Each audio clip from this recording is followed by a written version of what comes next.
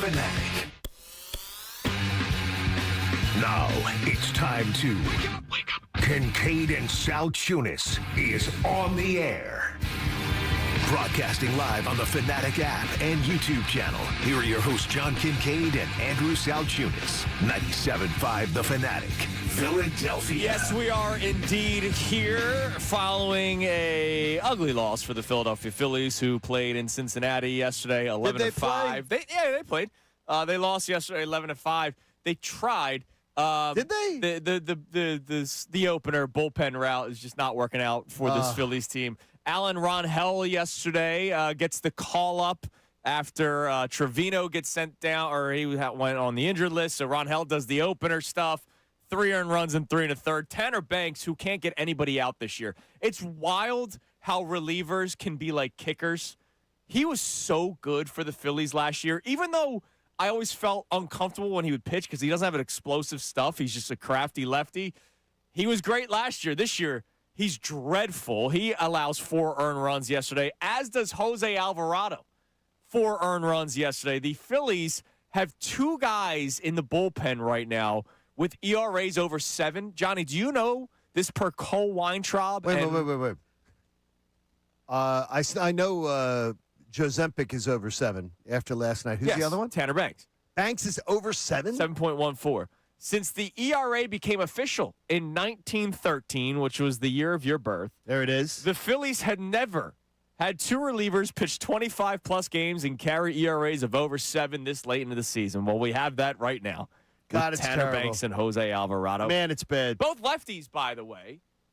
So you need somebody from the left side that you can rely on that can get you outs, especially in high-leverage situations, and you just don't have that because Tim Meza ain't it either. And that's why I will once again reiterate that I want the Phillies for their biggest name, the biggest splash. Yes, do I want them to acquire a right-handed bat? Of course I do. Do I want them to acquire a back end of the starting pitching rotation guy that's not Alan Ronhell? Absolutely.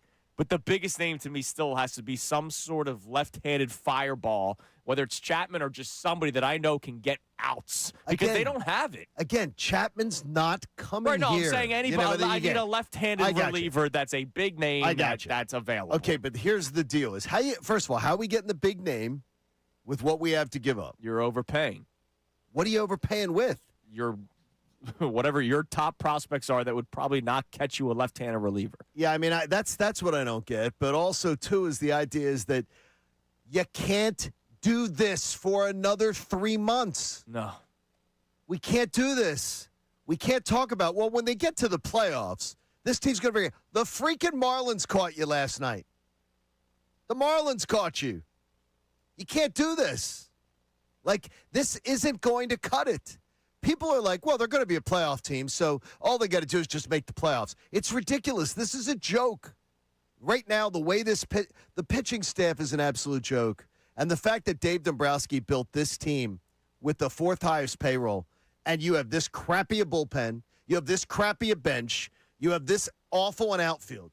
It's atrocious. It's Daryl Morey's Phillies, and the fact that he does Daryl Morey left a much better cupboard than this. I mean, this is ridiculous. Not really. We were talking about how there's absolutely no depth for the Sixers either. No, but the Sixers, the rosters are very similar. Yeah, but at least what the Sixers are starting with is you got young pieces.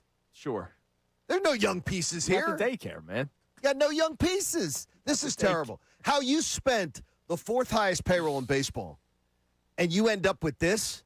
Dave Dombrowski, I mean, this is a horrible showing. And people last night are like, relax, it's one game. Oh, my gosh, you're overreacting to one game. No, you're not. This team has severe issues. Yeah, you're reacting to 2 a week. Oh, and my those gosh. 2 a week are Aaron Nola starts and whoever the 5th guy is, whether it's Andrew Painter or the bullpen route. And Christopher Sanchez is leaking oil. Yeah, I'm not going to start panicking about Christopher Sanchez. At least it deserves to be. He doesn't pitch well. He doesn't pitch well away from home. He's having some issues. He's having some issues. There's something. I'm hoping he's not hurt. Ricky does not believe he is. Yeah. So Ricky can look at him and can see things that I can't see. Mm-hmm. He can see things that I'm not able to see. So I'm going to trust Ricky's eyes. I'm going to tell you, though, it scares me That there just seems either it's a bump in the road or it's whatever it is, but it seems that there's some issues going on. Right now, this is not, and it has been a more polished version of Luzardo we've seen. Mm-hmm. But we saw him go through his periods of time, too, this year. He's been great his last 12 starts. So hopefully that continues. This team can't do it, though. When 2 times in your rotation, you got nobody. This is bad. This is really bad. And you have bullpen issues. And you have issues with the right-handed bat. I mean, that's why we can have this debate all we want or topic all we want about what you want them to acquire. They need to acquire all 3. It's just I don't know how they do it. Who are you going to spend the most for? And it's interesting. Your boy, Magic Mattingly, maybe he's not listening to you during Pillow Talk, but maybe he's starting to listen to Andrew Salciunas on 97.5 The Fanatic. This was Don Mattingly last night. He probably picks up some of your stuff from, following. This was Don Mattingly last night after the game talking about needing some help from the left side in the bullpen. Well, obviously tonight didn't look very good.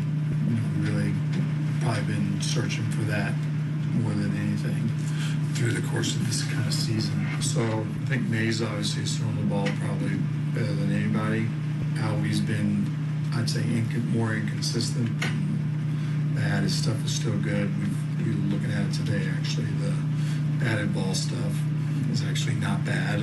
So we feel like he's probably been better than his numbers show, but still, obviously, he's been inconsistent with giving up runs. Yeah, with all due respect to Tim Mesa, I can't go into a playoff Tim Mesa's my best lefty out of the bullpen. I can't do it. With all due respect, local guy out of town, with all due respect, you have a nice place for you if we needed an out in the 5th inning. I need somebody that can come out in the 7th or 8th inning that can get you legitimate outs, which is what Jose Alvarado was supposed to be this season. But he's a mess, man, and it's a shame, man, because we relied going into the season with him, Keller, and Duran to lock down the 7th, 8th, and 9th, and right now you're only getting as advertised from one of them. And when you're relying on a cheater, you're relying on a guy who was cheating to try to get ahead. We should have. It's stupid on us that we thought a guy who knew that he had to cheat to get ahead, that he was going to come back and he was going to be fine not cheating, because he came back looking like the same tub of glue that he was before, and when he wasn't cheating, and he's not. He's terrible. He's terrible, and this team is just it's a bit of a mess. Yeah, but. They can hopefully get carried by their offense and hopefully get carried by some great pitching performances, and hopefully just be playing well at the right time, because it's about what we know they what got it's all going about. for. It sucks that that's what it's all about, but we know what it's all about. But we've lived it for 4 straight years. They got to get hot. They are not got to get hot proof. They have to get hot, and that sucks. It's about where we're at. I mean, it's about what we're right now. What we're only can cling to with this team. Because there's nothing else to cling to as far as to go.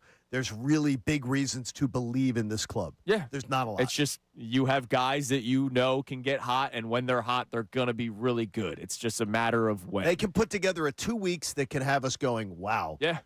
And 2 weeks in the baseball circles can carry you through 2 series. Yeah, absolutely. All right.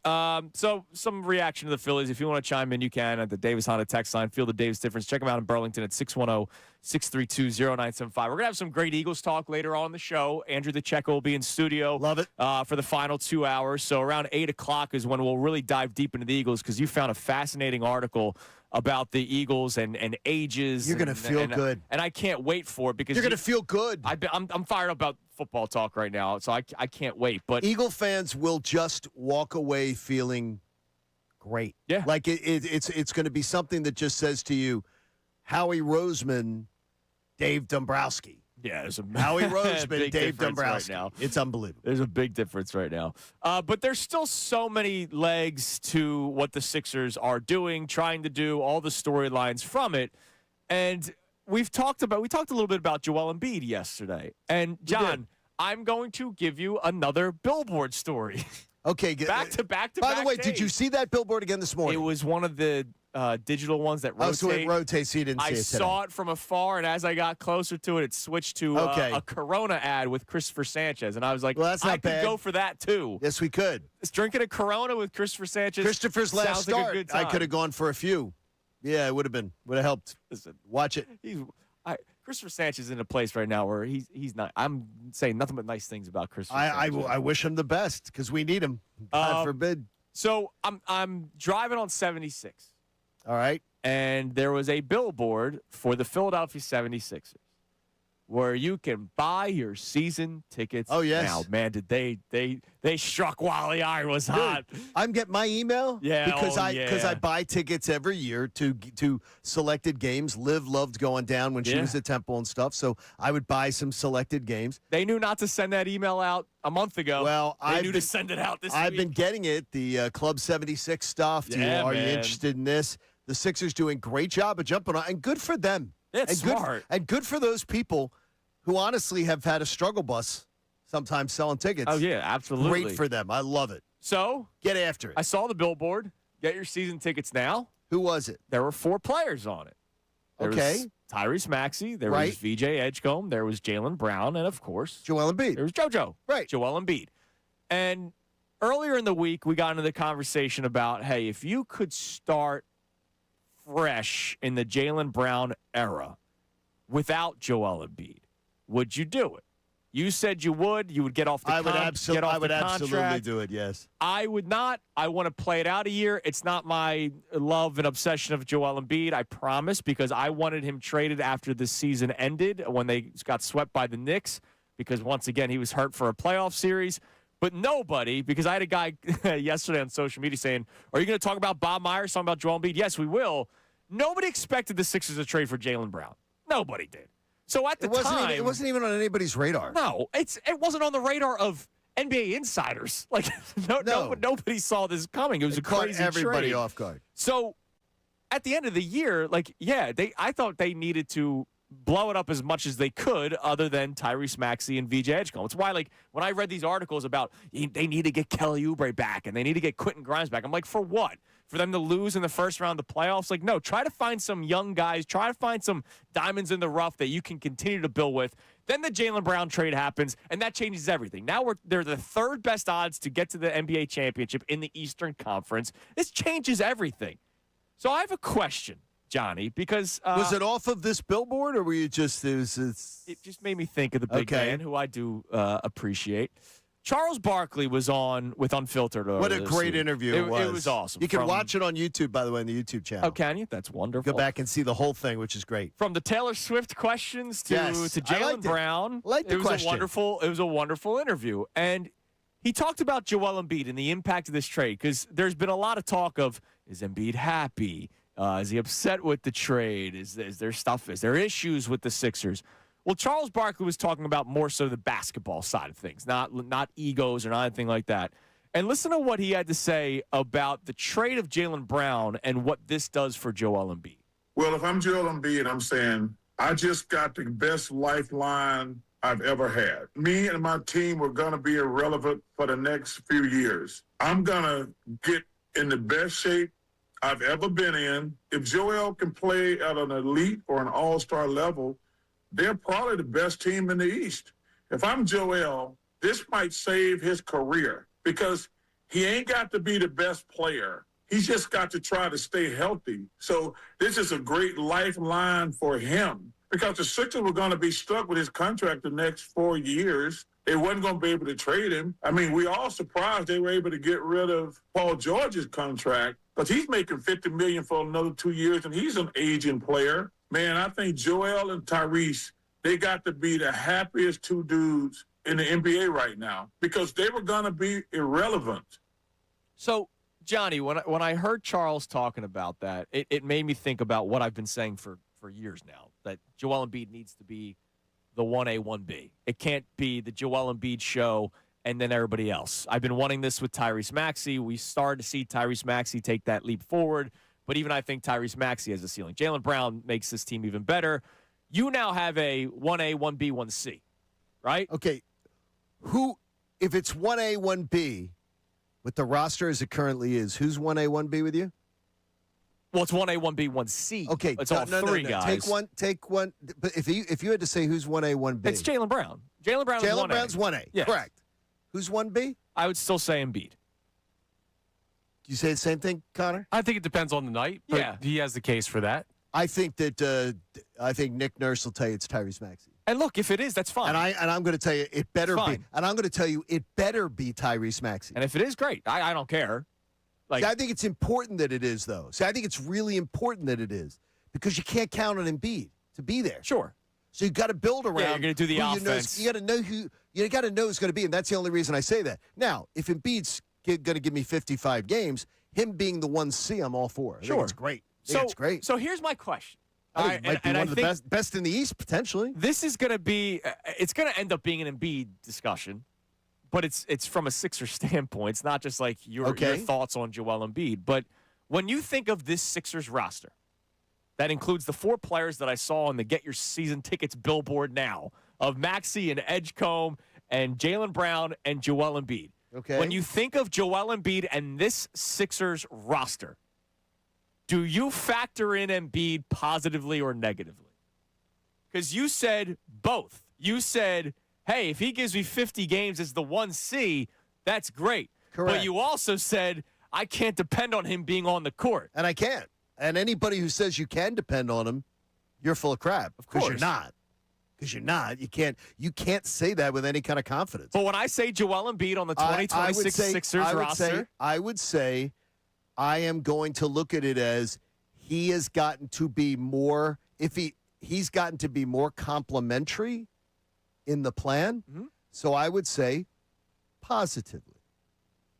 all right. I'm going to say positively. This is a big day because for he's John gotten to be Kincade. because he's gotten to be more complimentary. That is if I see the plan play out that way.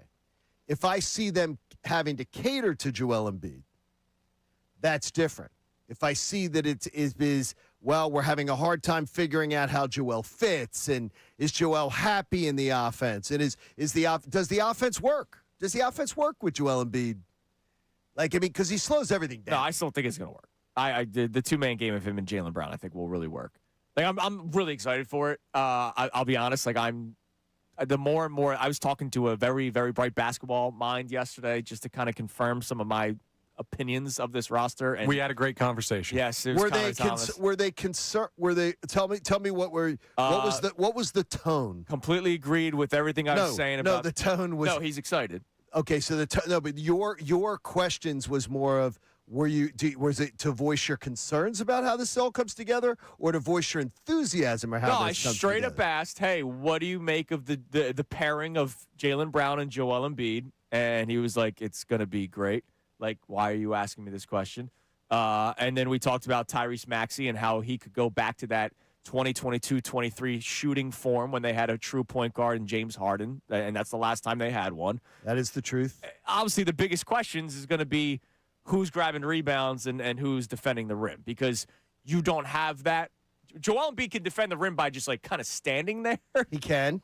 He absolutely. Like he could just put his arms up. He absolutely can. You got to stay out of the lane. You know, you can't be in there for more than 3 seconds. You have to go in and out, in and out. But he can. Like Dean Wade's going to be a guy you're going to rely on a lot for those. He's going to be the mucker and the grinder. To steal a hockey term, he'll be your Coach mucker. Tucker will like, he'll like that. Unless you sign LeBron, and then if you sign LeBron James, then I'm going streaking down Broad Street. But like you kind of just need Embiid to stand there defensively. I guess I'm not as bright, and I'll say it flat out. I don't think I'm as bright a basketball mind that I'm having a problem seeing how it works. But I'm going to trust that the basketball minds believe it can work. I can tell you, Shaquille thinks it can work. Shaquille O'Neal thinks it can work. Love that. He thinks it can work. He thinks it can work with or without LeBron. Yes. And he also thinks that LeBron to the Sixers is as good a fit as any. Number one for me. As good a fit as any. Yeah. He doesn't say it's definitively number one, but it's as good a fit as any if you want to win. Yeah. If you're talking about, if LeBron's serious about, it's all about, I want to win one last time. This is his best place. It's as good as any. You can't make any argument that it's not. It's a great chance for him to win again. Yeah, absolutely. So make it happen. And Bob Myers. LeBron being a winner. If anybody, I heard people yesterday, I tell you, it was really entertaining with Middays. Oh yeah, I know. People that hate LeBron go but way I got to tell top, you, and I got to speak for people of my generation, because it seems like a lot of the people that were calling in that were anti-LeBron were of my generation. And I can only say it's okay to love Michael Jordan and to not trash LeBron Yep. James. I don't get it. I don't get the trashing of LeBron James. I honestly, I don't consider myself a basketball expert. I tell the listeners that all the time. I'm a huge fan. I'm not an expert. But I'm going to tell you, the trashing of LeBron James that I hear, it sounds so dumb to me. And I don't want to call listeners dumb, but it just sounds so stupid to me. Yeah, but that's what we do. We do that. Jalen Hurts the best, and Josh Allen sucks. No, like, we do that here. Yeah, but the thing is, though, it sounds so It sounds so agree. ignorant. Yeah. Because the guy is LaFraud. I mean, it's just the loser. It sounds so. It's unbelievable. It sounds so ignorant because, and it's all right because I am absolutely in the Michael camp as far as, but I don't consider it the Michael camp. Oh, and LeBron is so far back in the rearview mirror. I consider LeBron really like he's in the mirror. I don't consider anybody else in Michael's. He might be in the backseat of the same I don't. car. It could be. I don't consider anybody else in Michael's mirror. Yeah. And to me, it's incredible to watch. All And right. no, I don't consider Kobe in that mirror. I heard people yesterday saying, "Why isn't Kobe in this discussion?" And I'm like, He's up no. there. Kobe's a great player. These guys are great all player. up there. They're the best of the best, and we shouldn't diminish what other guys but did. it was really the trashing of LeBron James that I was hearing from because people I feel the need to do apologize. that. I apologize for people of my generation because they sounded ignorant. They feel the need to do it to make a point. I don't get it. All right, coming up next, more Sixers talk. So chime in on the Davis Honda text line or call in, YouTube. When you think of Joel Embiid, with the 2026 Sixers, that includes Tyrese Maxey, VJ Edgecombe, and Jaylen Brown. Do you think of Joel Embiid's impact positively or negatively? You don't have to ask me. You know what that answer is. 610-632-0975. Speaking of Joel Embiid, coming up next, is he still in the plans? Bob Myers was on the podcast with Max Kellerman and Rich Paul. We played a lot of those clips yesterday. Shout out to Sean Rodman, the great work that he did. But there is one that we didn't get to, and it's specifically about Joel Embiid. You'll hear that next. Also, we have an inside man on the national stage, Johnny. We need somebody to push the narrative for us nationally about how great it would be if LeBron came to Philly. We got that yesterday. We'll tell you who next, right here on 97.5 The Fanatic. Now on 97.5 The Fanatic Sports Update. Phil's drop game 2. I'm Connor Thomas, and this update is brought to you by Modelo. Join Ray Dunn this Thursday. That's tonight from 4 to 6 p.m. at Great American Pub in Conshohocken for the final Modelo match night. Enjoy Modelo specials, exclusive giveaways, and your chance to win great prizes. Details at 975thefanatic.com. The Phillies dropped game 2 versus the Reds 11-5 last night as a 4-homer, fourth inning put them out of it early. Alan Ronell and Tanner Banks combined to give up 7 earned in the first 4 innings of the game. Don Mattingly talked about their performance afterwards. Not too bad. He kind of got where we wanted to go. We talked about 2 times through getting to the bottom there with the lefties. Really just looking for 2 outs from Tanner, and obviously that went sideways. Yeah, sideways is one way to put it. Interestingly, Mattingly also mentioned on the ESPN broadcast of the game that he would be open to managing the Phillies beyond this season, not something that we've heard from him as of yet. Game 3 is tonight at 7:10 p.m. Jesus Luzardo faces Brady Singer. Sixers are firmly in the top 3 teams, according to recent reports on the LeBron James sweepstakes. It's them, Miami, and Cleveland that appear to be on the short list. The Flyers and Ducks are still in a stalemate over the Leo Carlson offer sheet. The deadline is 3 p.m. tomorrow afternoon. Still doesn't seem like insiders around hockey even know which way Anaheim's leaning. We'll talk to Andrew DeCecco from the 8 o'clock hour till the end of the show. This update's also brought to you by Wawa. Hoagie Fest is back. Get a shorty hoagie, chips, and a drink for $6. Make it a classic for $8. Gotta have a Wawa. I'm Connor Thomas on the home of the 2026 MLB All-Star Game in Philadelphia. 97.5 The Fanatic and The Fanatic.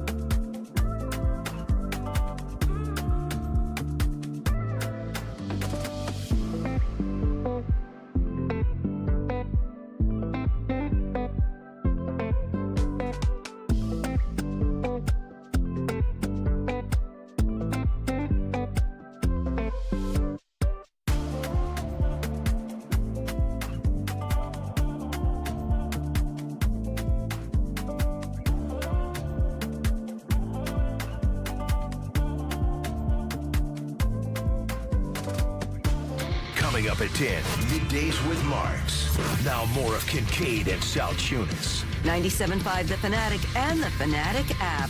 This hour of Kincade and Salciunas is presented by Bradford White Water Heaters. Bradford White, they're here for the pro. All right, 6:30 here on Kincade and Salciunas, 97.5 The Fanatic. By the way, it is a debate day Thursday here on Kincade and Salciunas. I picked up a couple at the bar yesterday All right. at the club after things, so I've got them written down. I like that. After I got my ass kicked. Yeah, as predicted on this show. I mean, it was nobody predicted this ass kicking that I took. I had the guy as the favorite. Well, Brian McMullen just Heart condition and all. he took me, Minus 125. dude. The heart condition was mine. The lack of it, Wow. because I was pathetic yesterday. Wow. The poise that I played with in the first part of the match play tournament, I didn't bring yesterday. So all the things you've said about Joel Embiid, he could say the same about your How golf about game this? yesterday? I crapped myself yesterday. Wow. I mean, I was horrendous, loser boy yesterday of hand, and I was so smooth in the other part of the tournament, just really calm, relaxed, and everything. I was We terrible. can get you a Depends advertisement. Oh well, when you go believe to me, Atlanta. could very well be working on that. Because if they had watched that round yesterday, oof, Listen, man, golf lessons would have been more. Golf lessons yesterday would have been more like it. that's on you. But Brian McMullen comes away a champion yesterday with me, so he goes to the Final Four. Oh, good for him. Good for Brian. Good job, Brian. I will be breaking it down after you leave. Please. All right. So the Sixers, they have this guy named Joel Embiid on the team. Do you guys still remember that? What do you think of Joel Embiid when you hear the Sixers with Tyrese Maxey, Jaylen Brown, VJ Edgecombe? When we factor in Embiid, right, the guy that's been here the longest, the guy that's been the face of the franchise for good reasons and for bad reasons. When you factor in Joel Embiid, do you think of it positively or negatively? We'll get the poll update on that come up in a minute. It is a debate day Thursday. Send in your debates via the Davis Honda text line, 610-632-0975. The latest thing you've been debating, your buddies at the bar, friends on the golf course, your wife, whatever, that could get you in trouble. Whatever you've been debating most recently, bring them to the table. We'll either help settle them or we'll make it worse because we might not agree. But yesterday, we played a lot of those clips from Bob Myers. Who, by the way, we're approaching like we're all, because he doesn't have as big a tracker. We're all fanboying on Bob Myers for good reason. Yeah, for absolutely good he's reason. been really, really good. And there was a part in the podcast that we did not play yesterday. And remember, we were wondering, all right, is Joel Embiid still potentially on the table? Which I still wouldn't put it past it, right? It's a pretty bad contract. I just don't think anyone's taking it on. We all said that the Paul George contract was much more movable than Joel Embiid's because of the year. Embiid had one extra year. Paul George also showed in the playoffs that he could still play a role with a contender. I just don't think that contender was Boston, but hey, we benefited from it. This was Bob Myers talking about the roster that Joel Embiid has. I think this for Joel, this is the one. He's had surgeries. He's been injured. This, at least in this offseason, he's actually healthy. Which, if you're not healthy in the offseason, coming into camp, you take any player. You're behind the eight ball. You have a surgery, and look, some guys have an upper body and they get there. But if you have a lower body surgery and head into camp, camp is so much more important than people think. If you show up in camp unhealthy, it just sets everything. You miss or even not in shape now. You're not in shape. Yeah. But if Joel, which he's look, I think he's more motivated. It's going to be the most LeBron or no LeBron, the most talented team he's ever had. So if he wants to have a chance, and he's motivated now, this is the time. And that's a nice motivational message from Bob Myers publicly with a big podcast with the biggest agent in the sport. Hey, he's not saying he's got to come motivated. He's saying that he is motivated. Correct. But he's putting it out there like, if you come motivated and you come in shape, this is the best team you've ever had. Because one thing that we all, I think, agree with is that Joel Embiid has had some rosters over the years where you're like, what is this? What is Daryl Morey doing? What was Brett Brown doing in his interim period as the GM? What was Elton Brand doing? There were a lot of really bad rosters. Like, if you think about it, they had two rosters that you were actually kind of intrigued by. The year of the Kawhi shot. The Kawhi shot and year. The full season of James Harden, because continuity has been a problem with this team, too. This is a new player in Jaylen Brown, but he's playing another year with Tyrese, playing another year with VJ Edgecombe. Correct. Going into 2026, it is the best roster. It is the hopefully deepest roster if they add a couple more pieces on the edges. But for Joel Embiid, he can't go into this season complaining about anything. No. And it's about him. And that's the one thing is that so much about, and that's why I didn't think the question was easy. Because so much is about appeasing Joel. Absolutely. And it's always been about appeasing Joel. And in fairness, it's been hard to appease him with some of the moves. Like I've hated a lot of the moves that the Sixers have made over the years. But they had to appease you're appeasing a player who doesn't do everything in his power to do his best. I got you. And that pisses me off. So and that's a fair thing to say. I hate appeasing somebody who doesn't do their part of saying, if somebody says to me, I'm doing everything I can. It'd be like working with you two jabronis. If there's nothing that anybody could say to me is Connor and Andrew could say they do everything they can to try to succeed every single day. So if they complained about something around here, somebody should listen because they do everything they can to try to succeed. If somebody doesn't do everything they can to try to succeed and complains, I tune out listening ears. And Joel Embiid, I tend to tune out listening ears. So I just do that. But look, this is the best he's had an opportunity to be with. And I think that when Bob Myers talks about how healthy he is, I'm like, yo, Bob, stop. Yeah, he's healthy now until he plays a game. He's healthy, exactly, until he twists a pinky finger or something. Don't do that. Let's not be what I'm saying is there's going to be something. With Joel Embiid, there's always something. No, but it's usually structural but damage in the knee. There's always twisted pinky finger. But there's always going to be something. Just be like prepared. The plague, though, is more like Joel. Yeah. Like Bell's palsy or being out of shape and not being ready to play. Sure. There's been that, too. He hasn't missed games because of not being in shape, though. All right. Now, speaking of LeBron, you heard Bob Myers say it at the end there, LeBron or no LeBron, because that was also during the podcast where he was doing his public plea to get LeBron James to Philadelphia. Which, by the way, I appreciate him doing. I respect the hell out of it. Yeah, thank you. Dave McMenamin, who is a local guy. His dad listens to the show. And I appreciate that. Maybe that factored into Dave coming on the show tomorrow. He'll be on the show with us tomorrow at 9:40 a.m. But he's toward in the Vegas. end of the show. So Vegas for Summer League, Well, he'll probably be up early for the early stuff, so he's there. That's great of Dave he'll be to joining come us on with tomorrow. us. We're excited. Dave is very connected to the Lakers, and I believe over the years became very connected with LeBron James. He is extremely connected with that camp. In fact, last night, 6 o'clock Sports Center, who were they talking to? Dave McMenamin about. Well, especially because LeBron hates Brian Windhorst now because their friendship had a falling out. No, but that wasn't the reason, though. I don't know what. You didn't. But you didn't. See, you're not a big podcast guy. No. Like you're not a big podcast guy. The reason why, and I give LeBron credit for this because he didn't shy away from it. He said he talked about the guy who portrays himself as being my best friend. Okay. From high school or whatever. I mean, Windhorst has made a career of portraying himself as being like this guy who is like, I have the inside track on LeBron because I've been like his best buddy since, and it's not true. And LeBron's like, so Dave swooped in. The guy who portrays himself, as my best friend. And look, he calls it out. Like, don't do that. So yesterday on 6 o'clock Sports Center, Dave McMenamin was on. Now, did a great job. We could be playing this for his insight, which we'll get more of tomorrow at 9:40. But what I'm really happy about is that we have an inside man. Now, he's a journalist, so he's not a fan, right? We'll hear Andrew DeCecco say that in a couple hours. He's a journalist.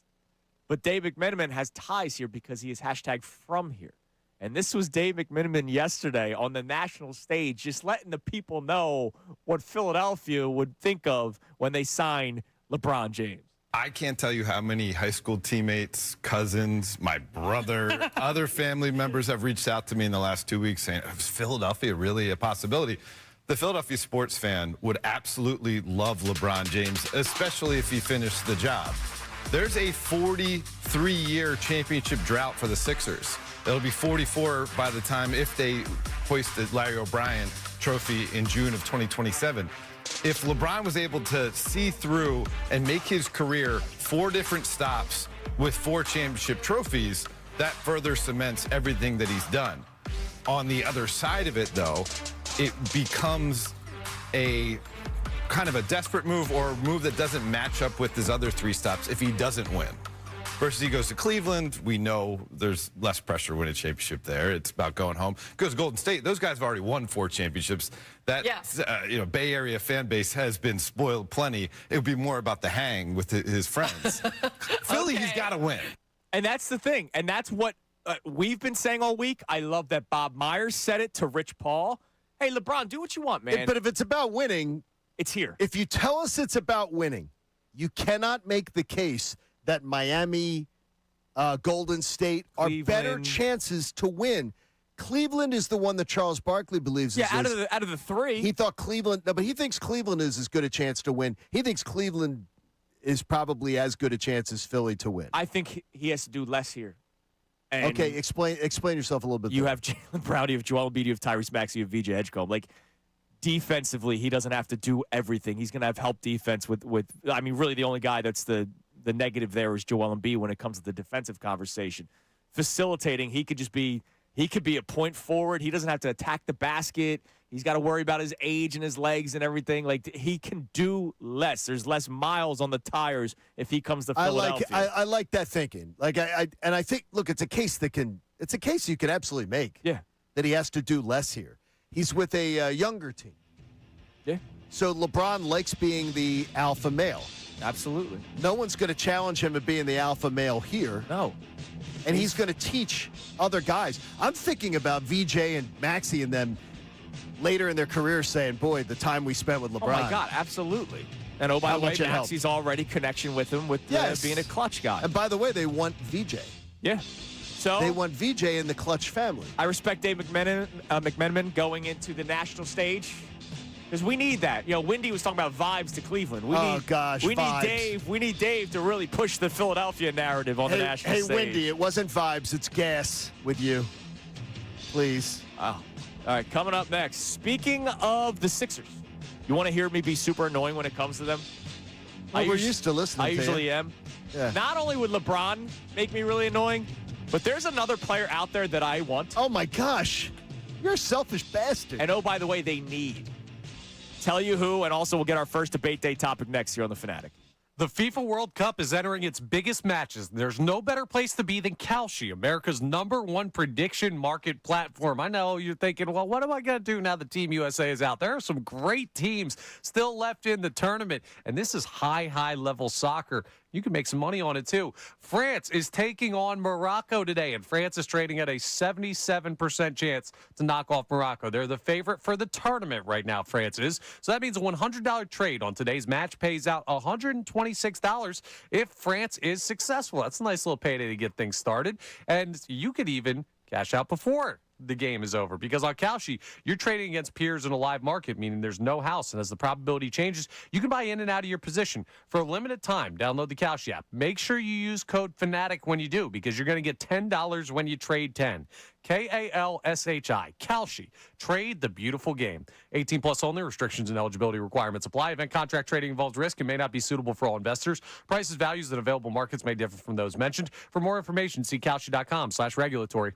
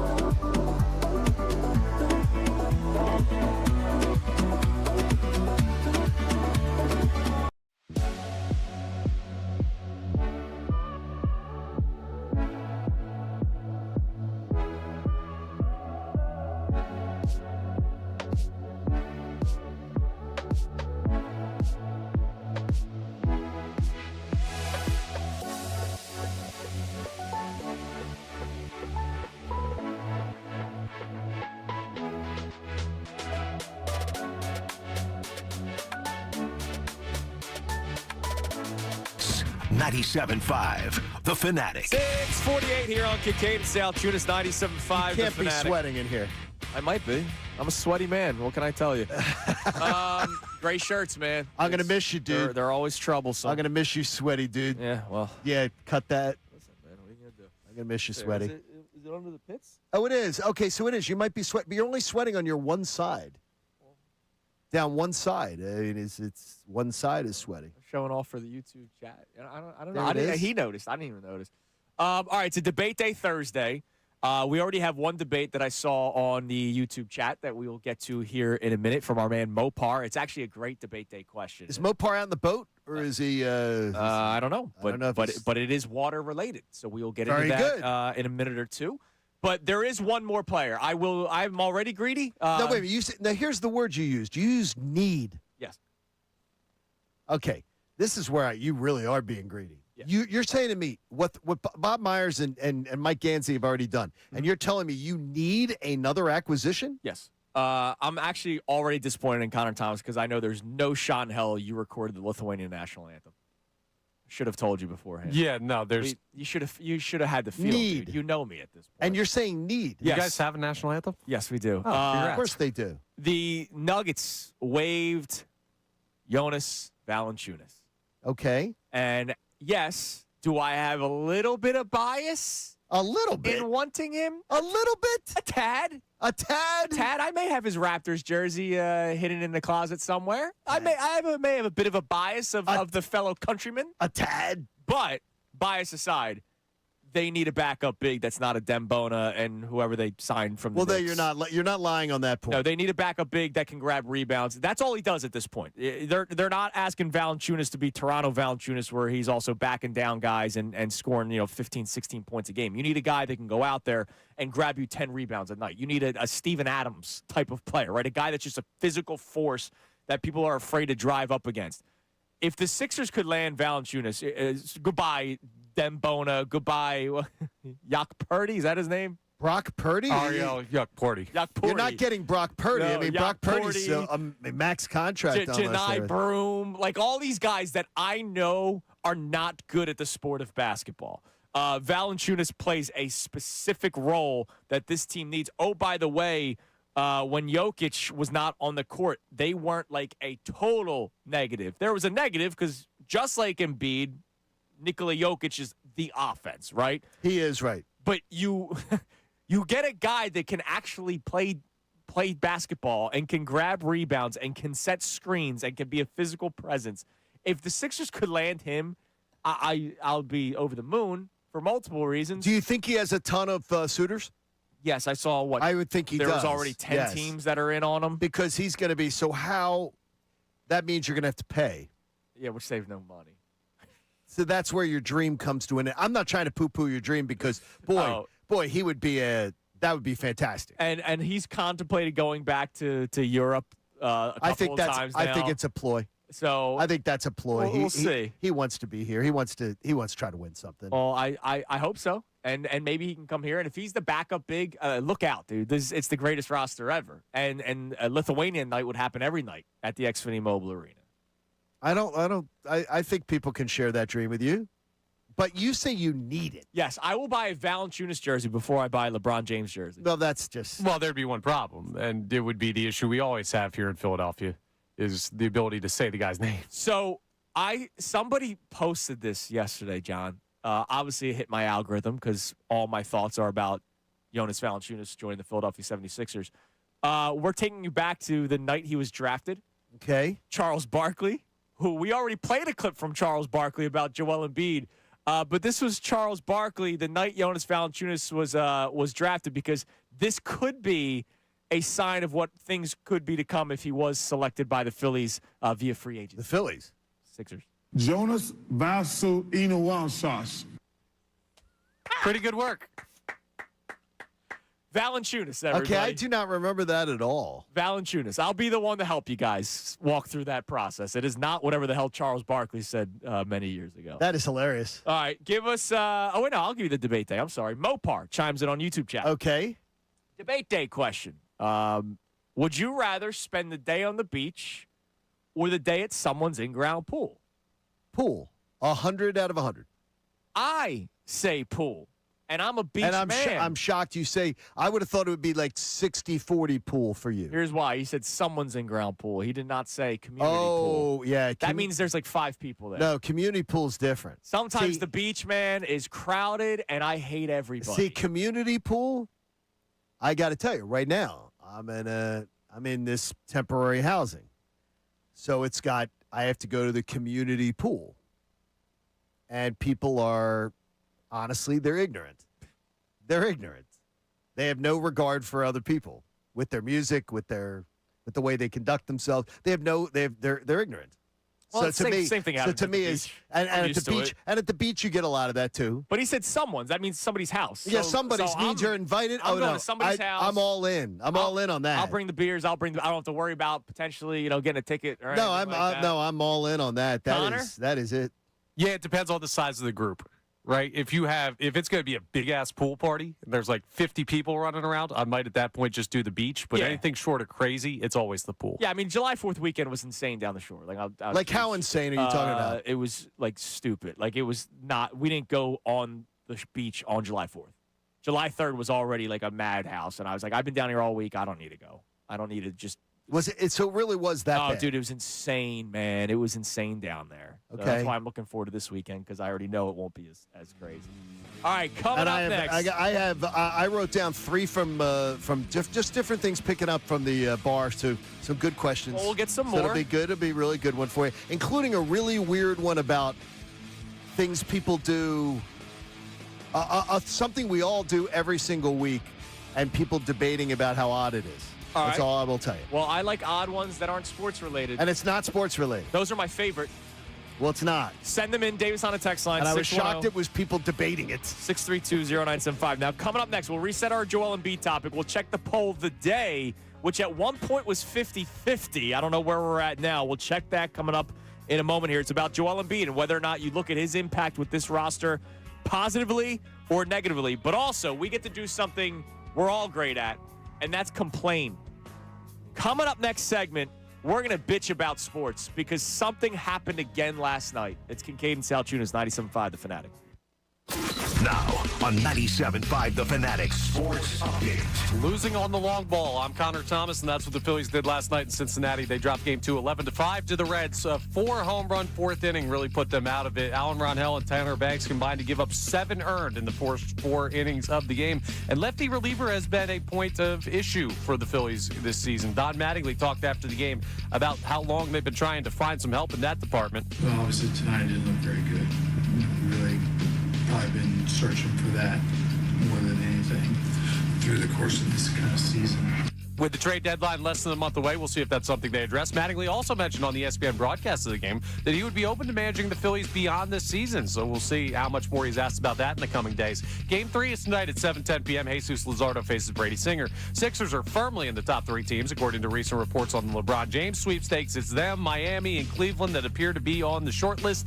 We will be watching that very closely to see if LeBron could actually end up here at Philly. The Flyers and Ducks are still in a stalemate over the Leo Carlson offer sheet. Deadline is 3 p.m. tomorrow for Anaheim to match. It still doesn't seem that insiders even know which way Anaheim's leaning, so that'll be interesting as we continue to break that down. Andrew DeCecco joins us from the 8 o'clock hour to the end of the show. This update is brought to you by the Makem Group. They support contractors with one of the largest PVF inventories from pipe, valve, and fittings to trusted brands. Count on the Makem Group to help you stay on schedule. Visit MakemGroup.com today. I'm Connor Thomas on the home of the 2026 MLB All-Star Game in Philadelphia, 97.5 The Fanatic and The Fanatic.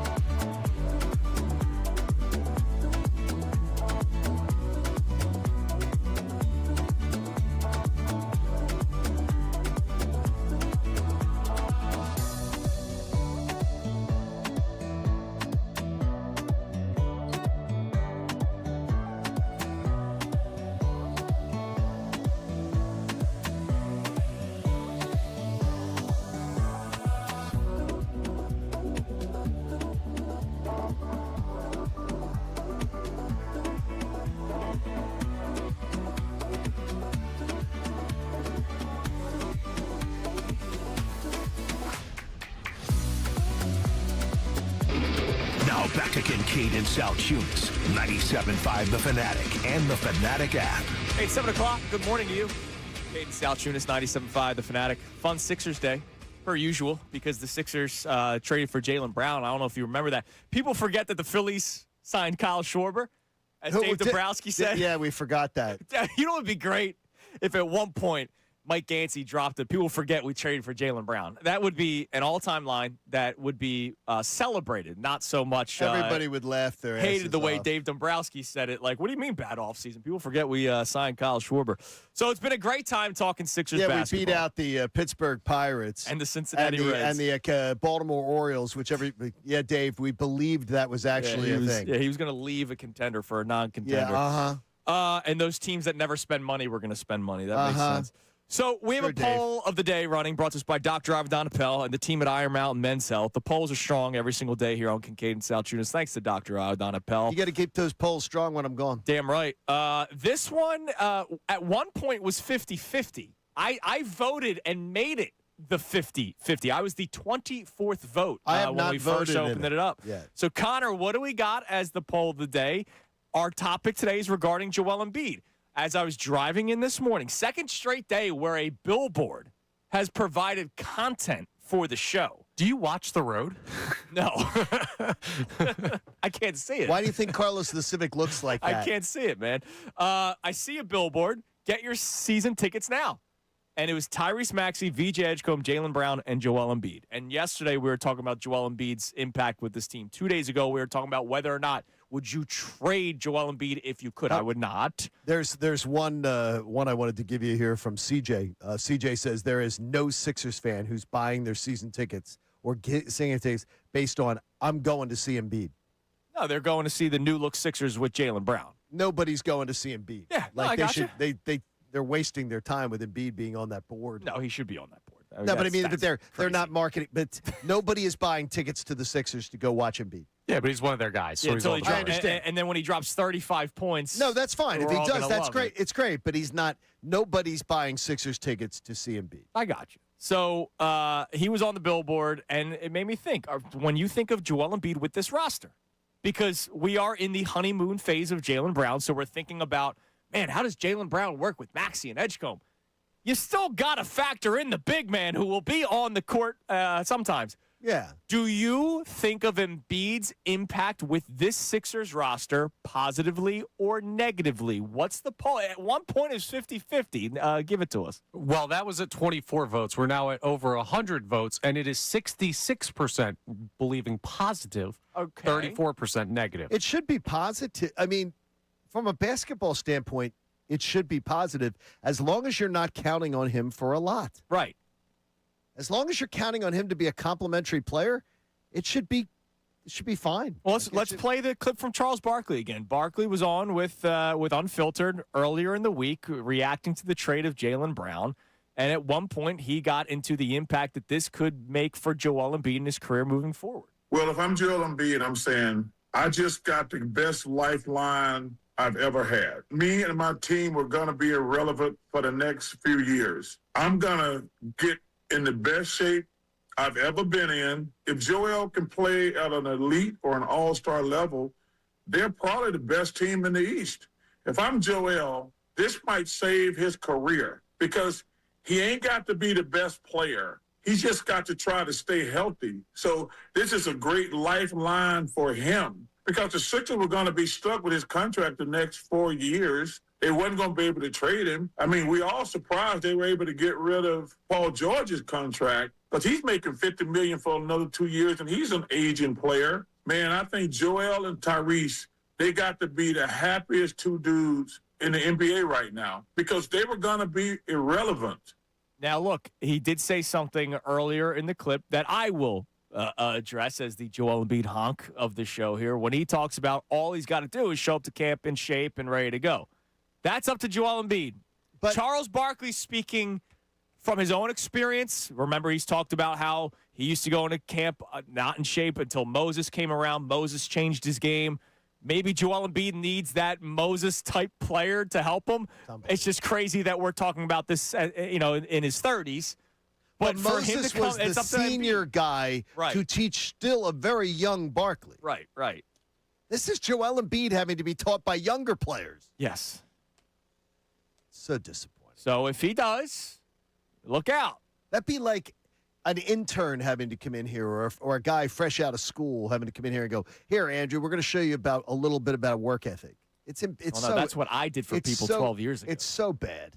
It's so bad that we even have to talk about it. All right, what do we have on the Davis Honda text line when it comes to that? It's also a debate day Thursday. We'll get to some more debates as the show goes on. Also, we get to do what we do best, and that's complain. Something happened last night again in a sport. Ricky with the mustard? Nope. We will get to that, though. In a sport that I love, and I am starting to hate where we're heading in a certain direction, and we will allow everybody a chance to complain. But what do we got on the text line about Embiid? Our first texter checks in and says, no need for Embiid to roam anymore. Less stress, low post his ass, guard and defend, and there are less offensive schemes through Embiid. If he can handle that role, he will have a positive impact. Well, forget about that because Joel Embiid will refuse to play in the low post. They might not want him to. He is one of the most efficient. He's not going. But the thing is mid-range basketball players wouldn't ever. it be the? But for this team, what would be the best? The with the two-man talent game that with they've him got? and Jaylen Brown. With the talent they have, The two-man game with him and Jaylen Brown. Him being toward the top of the key. It's his game. He's efficient at it. okay. And then it's what? gonna pair what well are with Maxey and Edgecombe do? Maxi's going to do his. I mean, I'll say it again. The best year that he had shooting was when it was the two-man game of James Harden and Joel Embiid. Tyrese Maxey, you run stuff off ball for him. He gets into space. They're going to have their time where they're going to go in transition. Like, there's going to be times where Embiid's left behind or when he's not on the court. It's going to work. It will work. You're very confident on this. Yes. Like, you speak as of long that as he's extremely on the confident. court. And when he's not on the court, you finally have a team where you look at the roster because of Jaylen Brown where you're not automatically considering the game a loss. Okay. That's been the problem over the years. One of the problems. One of the many problems. Whenever Embiid was out, we complained about Embiid not being available. We also complained about the guys that filled in when he was out. They always sucked. Jaylen Brown being the guy that can lead the team. I liked Maxey. But you guys know how I feel about him. They're an 8th seed if Maxey's the guy. With Jaylen Brown, I watched him carry the Celtics to a 2 seed last year, and he's got more partners with them now. Very fair. Well, Very fair. that's why I'm confident. All right, what else we got? We also have a check-in here where Sinclair says Joel is a positive if he's available to play and can anchor the defense at a high level. They don't need him to be the guy on offense, so his focus has to be more on the other end and the glass. Yeah, if he that's can not happening. elevate those aspects of his game, he's a major positive. That I will say is not happening. his defense. His defense has been subpar. Yeah, that's not happening. Yeah, you just can't move anymore. Yeah. I mean, He's that's not. Well, no, he's- I also don't think he has a lot of the what for of wanting to play defense the way he used to. I think a lot of defense is effort. Yeah, well, I understand why he's not. Because trying to meet guys at the rim for a dude whose knees are jello is probably not the best play for longevity.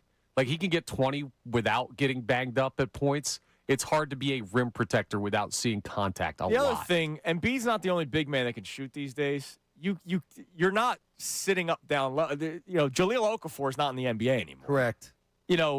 That's a good point. The whole rim protector thing, I get it, but half the big men can shoot from 3 or mid range now. Embiid can't be on the. It's not your boy Shaq, right? No. If Shaq got the ball at the top of the key, the big man's down the block. He's not following Shaq He's out getting there. the Ben Simmons treatment. Yeah, in the NBA nowadays, the big man rim protector thing, you almost need your wings to be rim protectors because those are the guys that are driving and attacking. The big man that's at the Embiid two-man game is pretty much the entire NBA nowadays, except for a couple of guys. Yeah. All right. Last night in the sport of baseball. Man, it was bad. Second time in a week where we had a pitcher throwing a perfect game. A perfect game. I mean, this is incredible. And then getting pulled. This is now the second time this week. We had it earlier in the week with the Marlins with Yuri Perez, and then we had another game last night with Jared Jones. 6 perfect innings for the Pirates. By the way, did you know Jared Jones? I didn't know his work. I wasn't familiar with his work. I jumped right over to the app and started picking up that game. I've heard of him. I didn't know his work. I was like, hey. So here's what's crazy about Jared Jones. The Yuri Perez one, I hated it.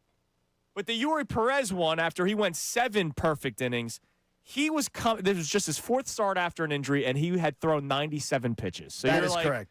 You're going, okay, you're doing the math. Jared Jones had to be at a lot, right? No. Jared Jones was at 77 pitches.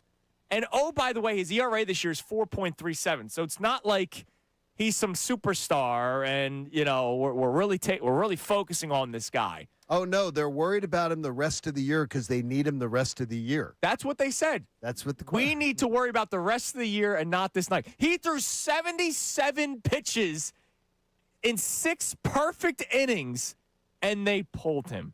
So, Johnny. It's baseball. A side topic for the people to get going on the text line or the phone line or YouTube.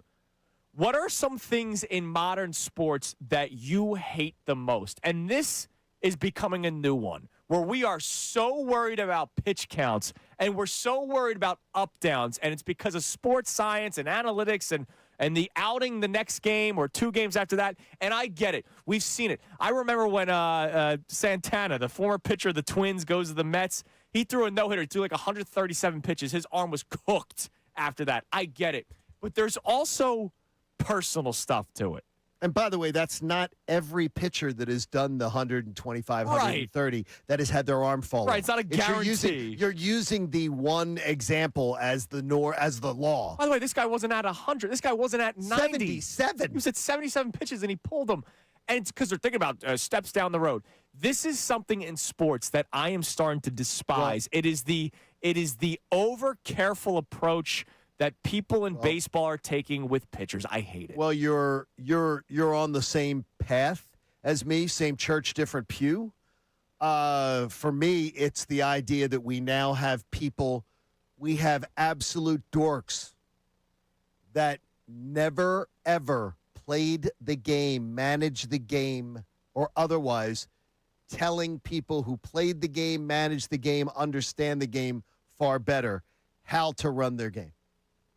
That we have, like the fact that Don Mattingly probably has to sit in a meeting and listen to some dork tell him about baseball. Well, this we have this VORB stat that you need to be paying attention. He mentioned Don Mattingly mentioned a analytics stat the other day, and I watched him say it. Did he cringe when he said it? No, but the way he reports it, I think he's trying to show that I have respect for the people who do it in the organization. But I don't live and die by it. He was once the manager of the Dodgers, which are they were well ahead of the analytic game. And I just don't like the idea. I don't want a guy from MIT or an Ivy League school or something who couldn't even tell you how to hold a bat, telling baseball people how to play the game or how to execute the game. It's all about the on-base percentage. Or just, OPS should be the new stat. Take batting average off the screens. it's ridiculous. That to me, in the modern era, that to me is crazy. Connor, something in modern sports, doesn't have to be baseball, but something in modern sports, and I mean modern like today, right? Like something that's going on right now in sports where you're like, I hate that this is happening. And oh, by the way, these things aren't going to change anytime soon. Like, oh, no. Like, I don't think 5 years from now, managers are going to say, you know what? We are going to start letting our starting pitchers throw 120 pitches. Like, I think no. that's done. It's done. No, and that's a shame. No, that ship has sailed, dude. That ship has sailed. So what do you got? I'll go a little barbaric for you. All right. It's the modern age of the NFL. There's one thing I hate about the modern game, and I get why they do it because of all the money. Mm-hmm. It's the protection of the quarterback. Yeah. Like, here's the thing. Like, do I want to see Jalen Hurts' head taken off? Absolutely not. But part of playing quarterback is you have to be ready for a 300-pound dude to come off the edge, run a 4.4, and try and crush you while you're trying to deliver the football. And now you touch their helmet, all of a sudden 15. Yeah. Like, it's become so much. They've gone too far with the protection. I'm not saying bring back the compilation, the old YouTube videos of guys getting concussed over the middle. Right. Like, that's not good for anybody. But you need to be able to crush the quarterback once or twice. Yeah, or be able to touch the quarterback. Like, Touch the quarterback. Like literally a pinky. Take him to the ground. A pinky to the helmet is 15 yards.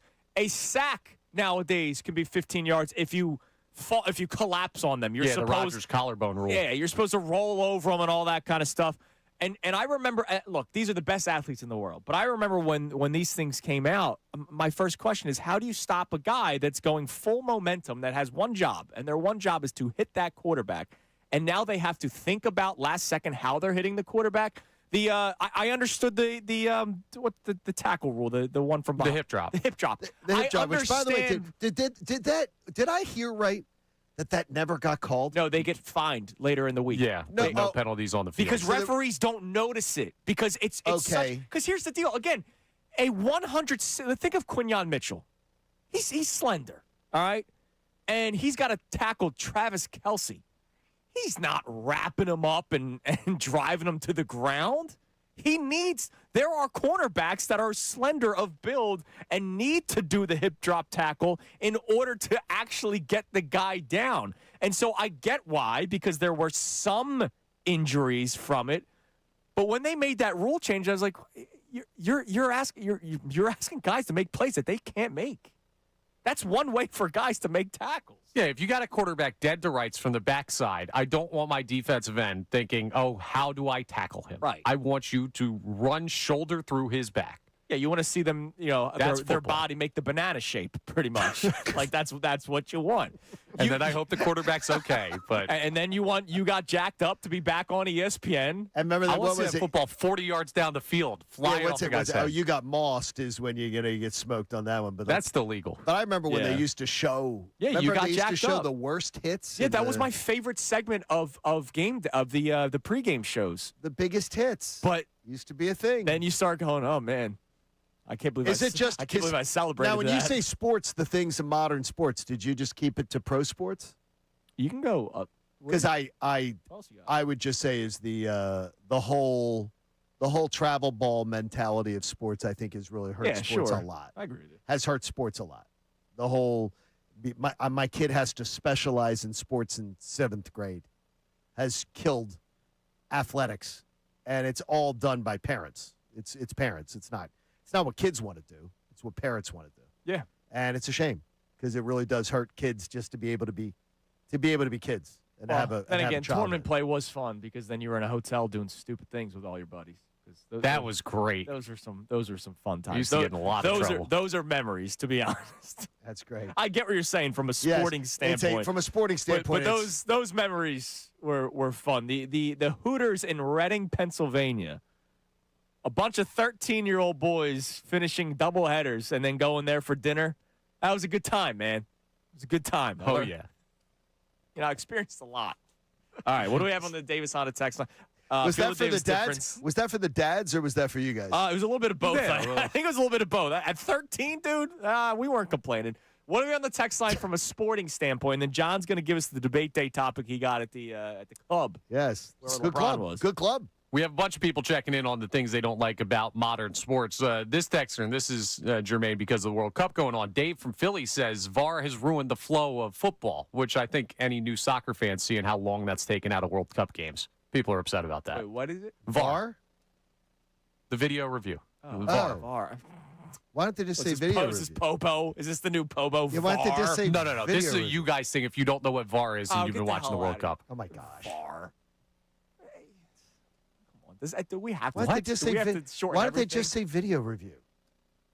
Like, like VAR. why does it have to have If you went on the street and asked anybody what the hell Why does it VAR just is, have to you're say not. They would know. Why No, can't it get This just is be a very common term. VAR. You guys are the ones that are wrong on this one. Is this the first time you heard VAR? 610-632-0975. VAR. All right, what did you get at the at the golf club? This was the stupidest conversation I heard two guys not arguing about it, but debating it, going, well, that's the dumbest thing I've heard. So I'm saying, well, what are you talking about? Do you round off at the gas pump when you use a credit card? What do you mean? Do you tap your credit card to pay gas? Whenever gas? I'm out of the great state of New Jersey, yes. Okay. Do you round off at a dollar figure? Do you pump the tick, tick, tick, tick, Oh. tick to get it to be $18, $20? Oh, I try to have fun with it. Yeah. Okay. If I'm not filling, because there are times PA is more expensive than gas, so there are times where I'm like, all right, I just need to get back home, and then I'll because fill up the there. argument between the two gentlemen, no, it wasn't an argument, but the idea was this: why are you rounding off when you're using your credit card? What do you care if it's? Oh no, it's more if so you the game. spend- It's the game for me. Yeah, it's a challenge. How What's good the- can I be? What is the challenge? Try to get it on 20 on the dot, dude. 10 on the dot. Not easy. It's fun. So there's a game with you. Yes, See, I'm now, I've not never- doing see, it from a this is whole financial new thing. standpoint. No, is that, well, this whole thing was, I like rounded off figures of saying, so when I say it, but it's like, but then you go to the supermarket and use your credit card and you buy $42.68 versus of groceries. So what does it matter? So these two were debating, well, I like to round off at the gas pump. And I'm like, why would you do that? Like, why would you round off? I do it for the game. Okay, so you do it for now. This is a totally different thing. I'm shocked This that is you a to- wouldn't. You're Mr. Price is Right game shows. No, but I don't. I don't even know the game you're talking about. I go up, I tap, fill it, and I will always after the first break give it a little break. Then I'll put some more gas in slowly. Then I'll hit another thing. Then but then I just put it. But I never round it off. I never try to get it to a number. I did not know that people still did that. When I paid cash back in the day for gas, when I didn't have as much, didn't have a credit card back in the day to pay for gas, I was buying $10 in gas. Yeah. You had to be really I like careful that. No, about it. I play with the game, man. Yeah, Really? man, you got to have a sense of So competition you with guys, yourself. so you guys have an actual. You put more thought into it than I do. Yeah, dude, By far, absolutely. I don't even pay attention. Yeah, I'll hit it. I'll hit the LeBron silencer Yeah. too. Like I'll let him know. I twitch when I Got miss that. when I miss by a penny or two. Yeah, the Really? eye starts going. By the way, early returns on YouTube. Nobody says VAR, so you're Nobody says Nobody VAR. says and VAR. everybody on the says text line is VAR. calling you guys jabronis for not knowing it. Oh, I'm sorry. Our huge soccer fans that we Yes. have. There's nobody going around going VAR. We've gotten 5 texts, and they're all like, these The guys are VAR. crazy for not knowing this. VAR. Oh, I'm sorry. Yeah, we've all become soccer experts over the last month. That's like knowing what a flag is in football. You're VAR. acting like it's this crazy it's term. not. Get the Yes, hell it outta is. Here. VAR. Yeah, you know what? They'll all forget VAR in about 6 months. Nobody be talking about it. All right, coming up next, we start to get your answers on the thing in modern sports that you hate the most, other than VAR. Also, VAR. you know that friend that says, I'll never get married or I'll never have kids? I think Connor Thomas up? is that guy. We have that right now with the Phillies interim manager. It's Kincade Salciunas, 97.5, The Fanatic. I know that my friends at Benari Jewelers are amazing. Benari Jewelers in Exton and Newtown Square and online at BenariJewelers.com. My wife's got a milestone birthday coming up, and boy, did I make sure that I got her a couple great gifts from Benari Jewelers, because Benari Jewelers has always got you covered. They have an amazing team and 2 beautiful showrooms where you're not going to be faced with a bunch of pretense. You're not going to walk in there and feel intimidated, even though when you walk in, you're going to be like, wow, they have amazing stuff. Whatever price point you're shopping in, they've got hand-selected stones, and you're going to feel like you're shopping for a diamond like an insider. So if you don't know what you're looking for, they're going to design custom rings for you or whatever you're looking for. They also get their 110% diamond upgrade guarantee. So down the road, when you're ready to upgrade, your diamond will not lose its value. That is peace of mind. And since Benari is a direct diamond importer, you get an incredible ring without blowing your budget. So if it's time for you to decide to finally pop the question, Benari's the answer. It's Benari Jewelers, Exton, Newtown Square. Check them out. Tell them John Kincade sent you in. Now on 97.5 The Fanatic Sports Update. Reds take game 2. I'm Connor Thomas, and the Phillies dropped game 2 versus the Reds 11-5 last night. 4-home run, 4th inning for Cincinnati made a big difference in the game. Alan Rodhell and Tanner Banks combined to give up 7 earned in the first 4 innings of the game, including all 4 of those homers in the 4th. So Don Mattingly talked after the game about, well, Rodhell getting them where they needed to be. Tanner Banks not getting the job done. Not too bad. He kind of got where we wanted to go. We talked about 2 times through getting to the bottom there with the lefties. Really just looking for the 2 outs from Tanner, and obviously that went sideways. So hopefully the Phillies can bounce back in the series and find a way for the series itself to knock out sideways. Interesting note from Don Mattingly last night on the ESPN broadcast saying that he would be open to managing the Phillies beyond this season. Game 3 is tonight at 7:10 p.m. Jesus Luzardo faces Brady Singer. The Sixers are firmly in the top 3 teams, according to recent reports on the LeBron James sweepstakes. It's them, Miami, and Cleveland that appear to be on the short list. The Flyers and Ducks are still in a stalemate over the Leo Carlson offer sheet. The deadline for Anaheim to make a decision to match is 3 p.m. tomorrow afternoon, but it still doesn't seem like even NHL insiders know which way Anaheim is leaning. So we'll be keeping an eye on that closely as well. Andrew DeCecco joins us from the 8 o'clock hour to the end of the show. This update is brought to you by the Macom Group. They support contractors with one of the largest PVF inventories, from pipe, valve, and fittings to trusted brands. Count on the Macom Group to help you stay on schedule. Visit MacomGroup.com today. I'm Connor Thomas on the home of the 2026 MLB All-Star Game in Philadelphia, 97.5 The Fanatic and the Fanatic app.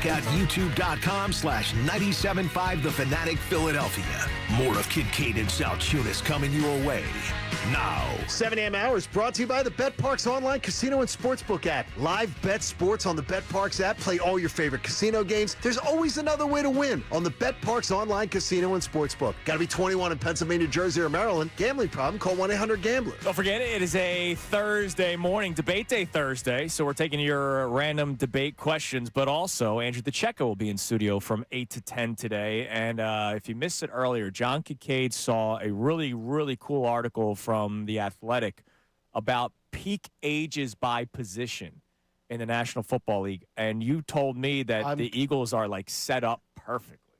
How about this? Set up better than any team in the NFL. I love hearing that. Well, I just went, how about this? Any other of the good teams in the NFL right now, good franchises, winning franchises, the Eagles are the best. I love that. It's amazing. Yeah. It's amazing. And I don't know that we've ever been in this situation in my life. No, I can't wait to talk about this because there's something that I'm going to bring up that I don't think we collectively, I'm not just talking about us here at the Fanatic, but Eagles fans have truly realized yet. And we'll get into that coming up in the 8 o'clock hour when Andrew DeCecco's in with us. We'll check the text line here in a moment, 610-632-0975. But yesterday was an interesting day from a Phillies newsworthy standpoint. Obviously, they got crushed yesterday, and the bullpen stinks. And other than Johan Duran, like they have to add a lefty bullpen arm at the deadline, whether it's the big name or it's just somebody that you can put more faith in, because Tanner Banks is absolutely cooked. Jose Alvarado's been horrible this year. Sure. But before the game, Don Mattingly, did his normal pregame media availability, and I don't even know what the context of it was. Like, I don't even know why it came up, but there was a report yesterday that we didn't really get into all that much, that, Alex Cora turned down the Mets job because he's still eyeing Philadelphia. That he is that Bob Nightingale said he's expected to be the Phillies manager next season. And remember, back in spring training, Don Mattingly was straight up asked, hey, did you come here potentially to manage? He goes, no, I don't want to manage. And then Rob Thompson gets fired, and they tried to hire Alex Cora. And Alex Cora's like, I got my millions of dollars. I'm going to just sit out the year, revisit next season. They had to almost beg Don Mattingly to take over as the interim manager, or I guess it would have been like a Dusty Wathan or somebody if Mattingly said no. So Mattingly says, all right, fine, I'll do it. And it's very much the I'll never get married friend. And then they get married. Or we're never going to have kids. And then they have kids. Don Mattingly, I don't want to be a manager until last night. If the idea is brought by the Phillies about you managing beyond this year, how would you feel about that? Oh, I would do it. I kind of committed myself to 2 years with the Phillies when I came over. So, whatever Dave wants to do in that regard. But, yeah, I think I would like to do it. That's a different tone. Well, here's what I immediately go into detective mode yesterday. Like, what's this about? Mattingly, again, is now finding out that Dombrowski's completely safe. This is another bad sign. That the reason that Don Mattingly, and I think I can speak with complete confidence.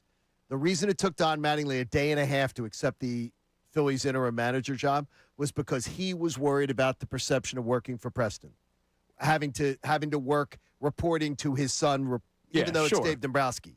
That was the perception.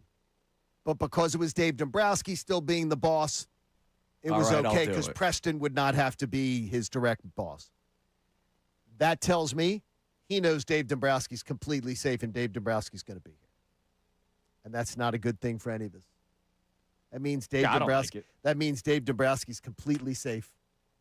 He's sitting here. That means John Middleton and then Dave Dombrowski is like, nothing to see here.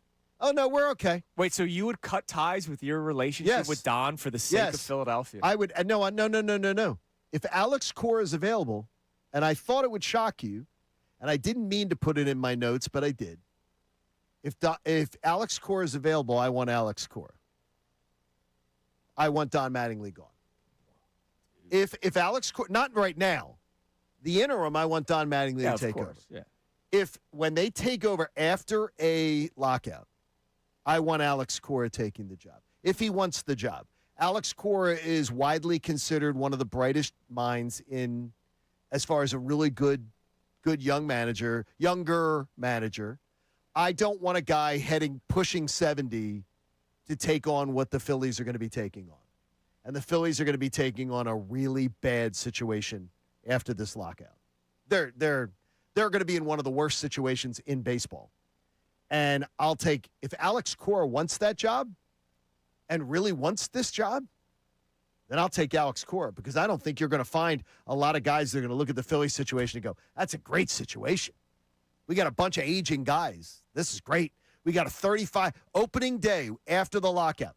A 35-year-old first baseman, 35-year-old shortstop, 35-year-old designated hitter, 36-year-old whatever catcher. No, it's going to be terrible. Nobody's going to look at that and be like, man, that's a great situation. So you want Cora. I want Cora, and I would want Don Mattingly to be gone. And that's to be gone? Yeah, no. You don't even want him on the bench so you can, No. I don't want Don Mattingly being the manager and then going back to being a bench coach. Wow. No. And that's nothing against Don Mattingly. Obviously, I'm a fan. I would want Don Mattingly to say the day he's not the interim manager. Surprising of you. The day I thought I would surprise you with this. The day that Don Mattingly's not the interim manager is the day Don Mattingly goes, because he can't be here for Alex Cora. He's got to be because you've been the manager. Because then you'll have people. Yeah, I find it fascinating. Yeah, there you go. I'm never gonna get married. There you go. And then he gets married. Yeah, I just don't I'm understand. never gonna have kids. Well, now he knows. There was thought that Dave Dombrowski could end up in Franklin, Tennessee, and that Preston would be taking over quicker. And that was the hang-up. The hang-up was, is Don Mattingly going to be reporting to his son? And they made it clear to him that you're reporting to Dave Dombrowski. So that was supposedly the hang-up. It tells me that Don Mattingly knows Preston's not getting that job anytime soon. I don't get the Cora love. I really don't. I think a lot of people are overvaluing Alec Cora. And I'm not arguing with you on that point, Connor, because it's like I'm not speaking from I have personal knowledge of Alex Cora. I'm just speaking of in baseball circles. He is widely regarded. Sure, it's very Joe Madden. He won with his analytics, and now it's like, oh, this is the guy. And the Phillies like that, and he's widely regarded in baseball circles. If the Phillies are going to have a hard time finding a top talent wanting to run this team with what they're going to have, now, they're going to have an old. There's one problem. Let me terrible ask you team. Because you're very excited about Preston Mattingly. I am. You're a big Preston Mattingly fan. Probably the biggest Preston Mattingly fan that I know. Other than Don. One of the issues with Cora in Boston was because he wanted to have, say on things. He does. It's very Eagles-esque. Like, Chip Kelly? We can't bring in a head coach that wants to have say. We got to bring in I'm not trying to say puppet disrespectfully, but we got to bring in a guy that's going to say yes. Well, yes, sir, to Howie and Jeffrey Lurie. If you want Preston Mattingly to run the show, Cora wants to run the show a bit too. Well, to me, it's going to be this is one where Dave Dombrowski's making this call, so he's going to be around. So as long as Dave Dombrowski's making the call, I like the idea that Alex Cora does want to have a lot of say. So I'd rather have Alex Cora having the say than Dave Dombrowski. That's it fair. takes Dave Dombrowski out of the mix more. Sure. So that is great to me. Cora won the World Series in 2018. Outside of that, he had one season where he won more than 90 games in Boston. He had a lot of opportunity and a lot of talent. Yeah. I think people are overvaluing him. People fall in love with a manager. You know how I felt about Joe Madden? You know it is. He ruined baseball. And I'm watching Don Mattingly turn this team. He's going to win more than 90 games with a team that started 9-19. Yeah. I don't know. I wouldn't be so quick to jettison Mattingly. All right. What do we have on the text line, Connors? Hit us up on the Davis Honda text line, 610-632-0975. All right, so we have a lot of people that are mad about the VAR thing. They're also mad at me because some people pronounce it VAR instead of VAR. That's what a lot of people on YouTube are saying. Yeah. You have to sound out the letters. So there you go, Mr. It's VAR. At least I know what it is. I also know who LeBron James is. And this texter checks in and says, coming to Philly is a risk for LeBron because he has more pressure to win here than Cleveland. I would respect the hell out of him for actually going for it rather than settling for the safe move. Well, and that's why Bob Myers was a gangster on the podcast. Like, look, LeBron, do what you want, man. Like, if you want to play with Steph, I respect, and I'll speak myself. I won't even quote Bob Myers. If LeBron James, the greatest player of our generation, Connor, maybe not the greatest of all time, but the greatest of our generation, spectacular. If he wants to have a fun year with Steph, go for it, dude. You've earned that. If he wants to go back to Cleveland for one more time, go for it, dude. You've earned that. But if you go to Cleveland or if you go to Golden State and you sit down at the podium and say, I came here to win a championship, I think you're lying. Don't tell me it's about winning. Right. And not pick the Sixers at this point. Yeah. The best chance to win is right there. Absolutely. Best chance to win is with the Sixers. All right, coming up next, we have today's headlines with the Connor Thomas. We'll also get a debate day topic, the most recent debates you've been having at the bar, with your wife, with your friends, whatever. Let us know on the Davis Honda text line, and we'll try to either help settle it or we'll make it worse. Help. Sometimes. 610-632-0975. We'll get to one coming up next before today's headlines with Connor here on The Fanatic. All right, let's talk about that FanDuel Sportsbook app. On the biggest stage in the world, FanDuel, in partnership with Valley Forge, is changing the game. Team USA might be out, but FanDuel is not. Sometimes your player gets subbed off, and your bet goes with them, right? You pick the guy to be an anytime goal scorer, and then late in the game, they're up by 3 goals, so they're taking the star player out, and he wasn't one of the ones that scored. You're going, damn it, my bet's over. Nope, not anymore.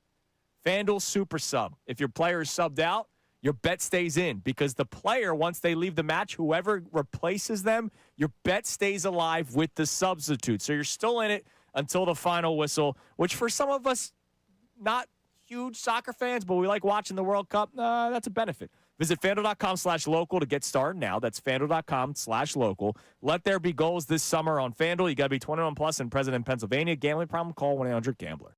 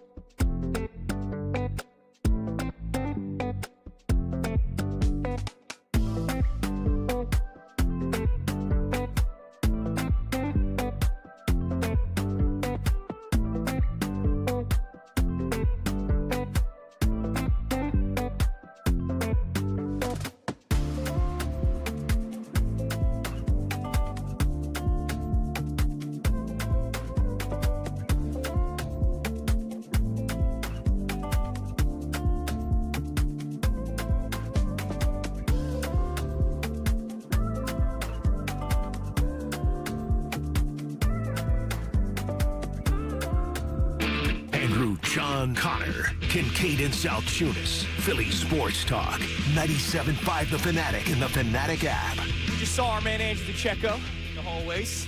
He'll be in studio with us for the rest of the show. Some great Eagles content coming your way at 8 o'clock, talking about the way this roster is shaped up. And we're gonna do something different today. All right, at 8:30 this morning, we're going to talk about the things we're confident in with the Eagles. Love it. Because usually it's, what are you concerned about? No. And what could be the downfall? Coming up at 8:30, we're going to mix it up. We're going to be positive. All right, what do we have? Give us a debate day topic, Connor, on the Davis Honda text line, and then we have headlines after that.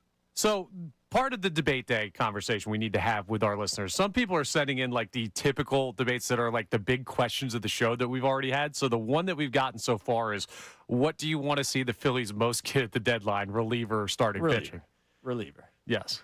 I'm in the same way on that one. But that's the only one we have. The text line is lacking a little bit on the debate day conversation. Really? A little lacking today, eh? What, are you guys not debating? I get everybody's on their phones these days, and, you know, nobody wants to actually have conversations. Except Joel, who to just say, hey, welcome to town, Joel. No, he was on his phone. He posted a photo of him and his wife and his children at the World Cup game. And there you go. I respect that. That's nice. All right, debate day. Whatever you're having, whatever your recent debate is that you're having, 610-632-0975. You said you got some other ones at the golf course yesterday? How about this is something that was got brought up, and I even joined in on this one because it's something that annoys the hell out of me. Do you give up your seat? Young men, as I speak to your age group. Yes. Do you give up your seat to a woman standing on a subway, bus, or train? Yes, I did it a million times. I do not know how many times. And if my wife says to me, stop, she says to me, stop, because I have to say, because I say it. I will be standing and I will say, there's a woman standing. There's an older, and I'll see this young guy, 25, 30 years old, sitting on the Broad Street line or something, and there's an older woman standing or a young woman standing. I'll go, but my wife will go, John, stop. That I say, there's a woman standing. Yeah, I mean, here's another debate day comment. Could you please get up? Could you please get up? Topic. Should you make comments? I would say no. Could you please get up? Get your ass up. Let a woman sit down. You're a male. I don't know when that went away.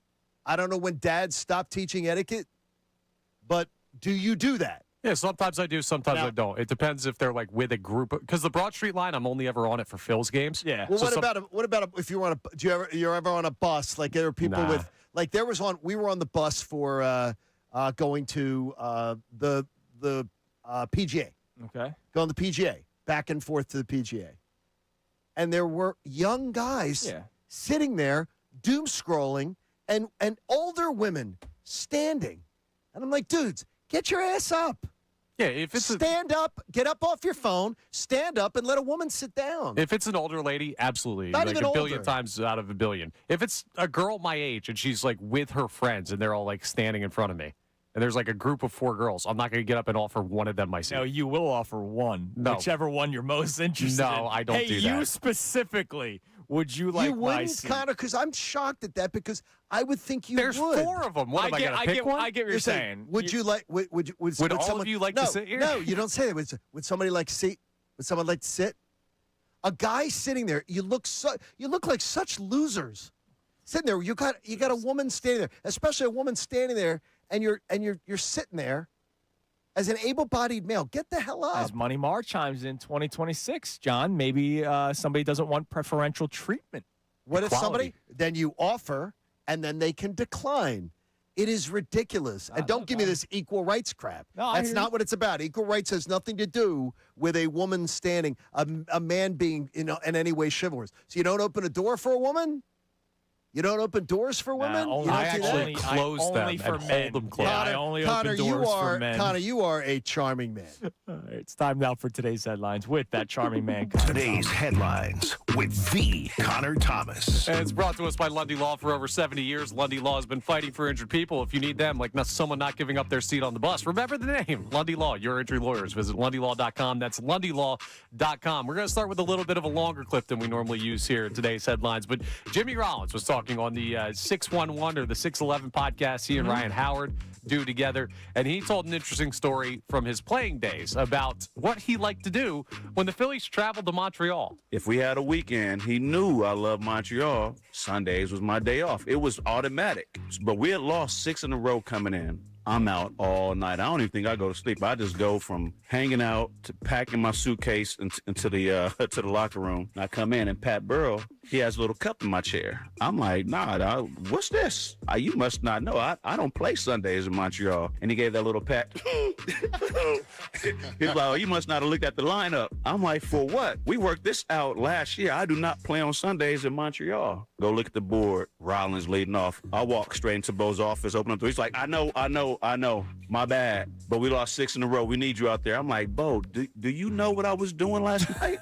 Like, I am not prepared to play today. I know where he was. Where? He was at Chez Paris. Is that I guarantee is that the spot? I guarantee he was at Chez Paris. I love that. If it was Montreal, he was at Chez Paris. That's a great story. Yeah. Also, if you ever see the give up lineup and people get like upset with the manager or the like a Sunday in Miami. Yeah. And it's like, oh, why is Rob Thompson or Don Mattingly not playing these guys? There might be some more going on. Yeah, I mean, look, it's a thing. It's just how you handle it. Like, I remember when the Sixers allowed Ben Simmons to stay the extra night in Miami with Kendall. This is when he was still dating Kendall Jenner. And usually it's probably not a big deal, but they had lost like 4 straight games. and Ben Simmons was playing bad at the time, and then they let him stay back, and it's like, yo, dude, you can't do that. You can't do that. Now, J-Roll should have known that he shouldn't have done it. He worked out a deal, It's also up to J-Roll. I love Jimmy. I'm sure he probably went like 2 for 4. Well, Jimmy as well. Rollins is like one of those He's my favorite player of all time. Yeah. Phillies player. I love him. Not Ichiro. Now, this may be some people's favorite players of all time. Definitely not here, but around baseball. Some news yesterday. Justin Verlander announced he's going to be retiring at the end of the season. I love him. It's a shame he did the whole let me keep on trying. He actually pitched really, really well last year, which was amazing. And then he tried it out in Detroit this year, and it was horrific. But he had a hell of a career, man. He's one of the last. Him and Scherzer were kind of probably the last two guys that could have gotten close to 300 wins. Yeah, I mean, we're not going to have that anymore. No. Oh, dude, that's done. Look, I mean, what I like is he seems like the old school Hoss type of guy. Yeah, every fifth day. And he's got a very pleasant wife, very sweet lady. Yes. Yeah, the most impressive thing about his career is how long he played after marrying Kate Upton. It's just like, dude, I would have hung it up a while ago. You would have retired sooner. Yeah, dog. I'm gone. They are, I said I had to show Austin this morning. I said I had a chance to sit down with her at a Super Bowl and do for my ESPN radio show. I used to do this thing, Picking with the Stars, like Dancing with the Stars, where somebody would make I'd interview a celebrities. Every week I had a celebrity. She sat down with me on Radio Row. Yeah. We had to tape it on Radio Row. The amount of sports radio hosts that were like huddled around trying to get a glimpse of her, as we're conducting this interview. I think she's beautiful. And then trying to, Don't be creepy. she can hang with guys.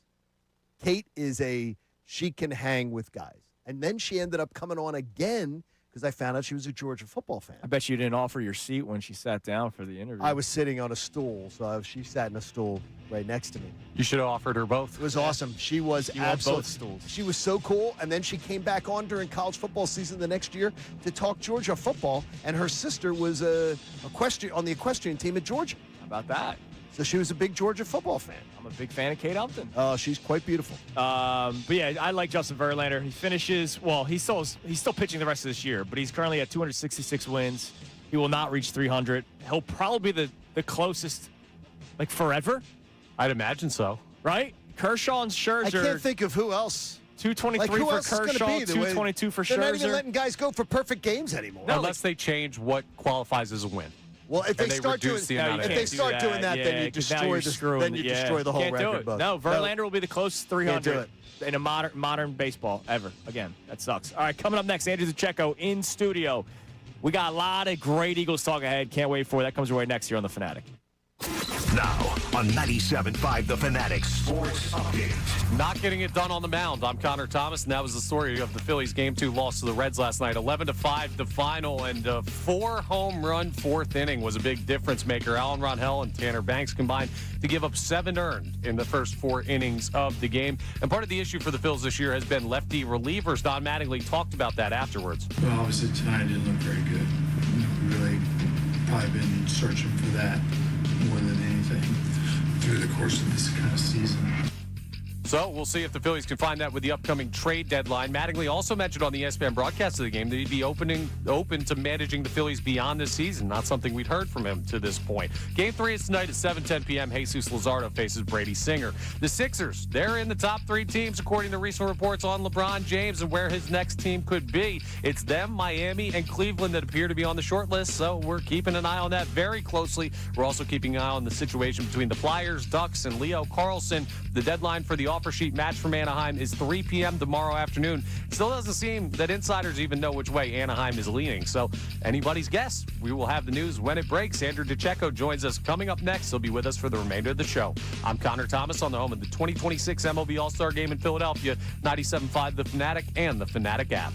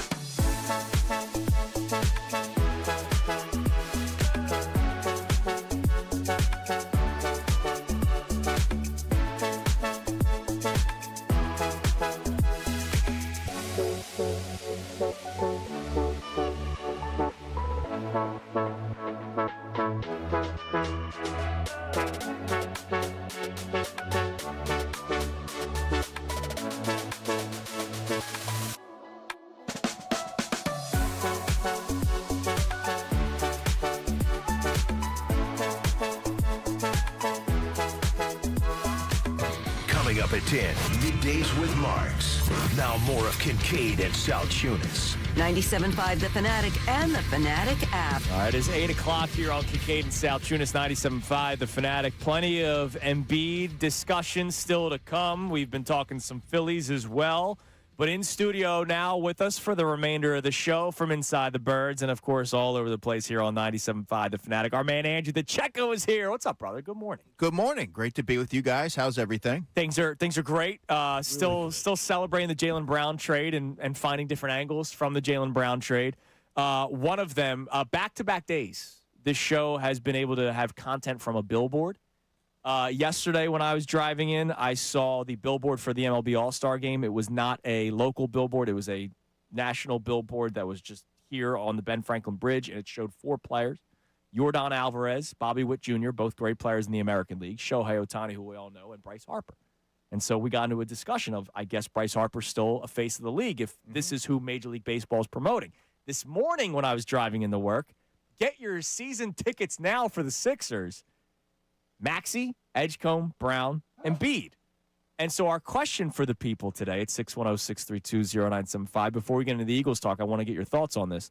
When you think of Joel Embiid, because we're in that honeymoon phase of Jaylen Brown, where it's almost like the Toy Story 2 scene where they dropped Woody and it's like, I don't want to play with you anymore. We're kind of with that with Embiid right now. It's like, think about the future of Maxey, Edgecombe, and Jaylen Brown. And that's fair. I get it. It's an exciting future. But Joel Embiid's still on this team, and he's still going to be a big piece on this team. Mm-hmm. When you think of Joel Embiid and his impact on the 2026-27 Sixers, do you think of it now positively, or do you think of it almost negatively, like, kind of wish he wasn't here? Well, I think you always have to look at it from a positive perspective, right? He's done a lot for the Philadelphia 76ers. Hasn't always been available, so there's obviously frustration there. But he's been a dominant force. And as long as he's here, he is going to be a critical piece for this team. And I know that there's always going to be questions as to how far he can take you. But what the Sixers have done right now, Andrew, is they've sort of given them a buffer where you're not as overly reliant on a Joel Embiid because you have a Jaylen Brown. You may have potentially a LeBron James as well, which all of a sudden it gives you some more optionality so that you can navigate the times where he's not available. And also Jonas Valanciunas when they sign him. Well, yeah, he's getting greedy now. Yeah, the Lithuanian national anthem yet? He's getting very greedy about this. That's the second time I'm calling for it. I don't know what it's called. Google Lithuanian national anthem. Not that hard. How do I spell that? Wait a minute. Did you just really say that? Yeah, we have a name for ours.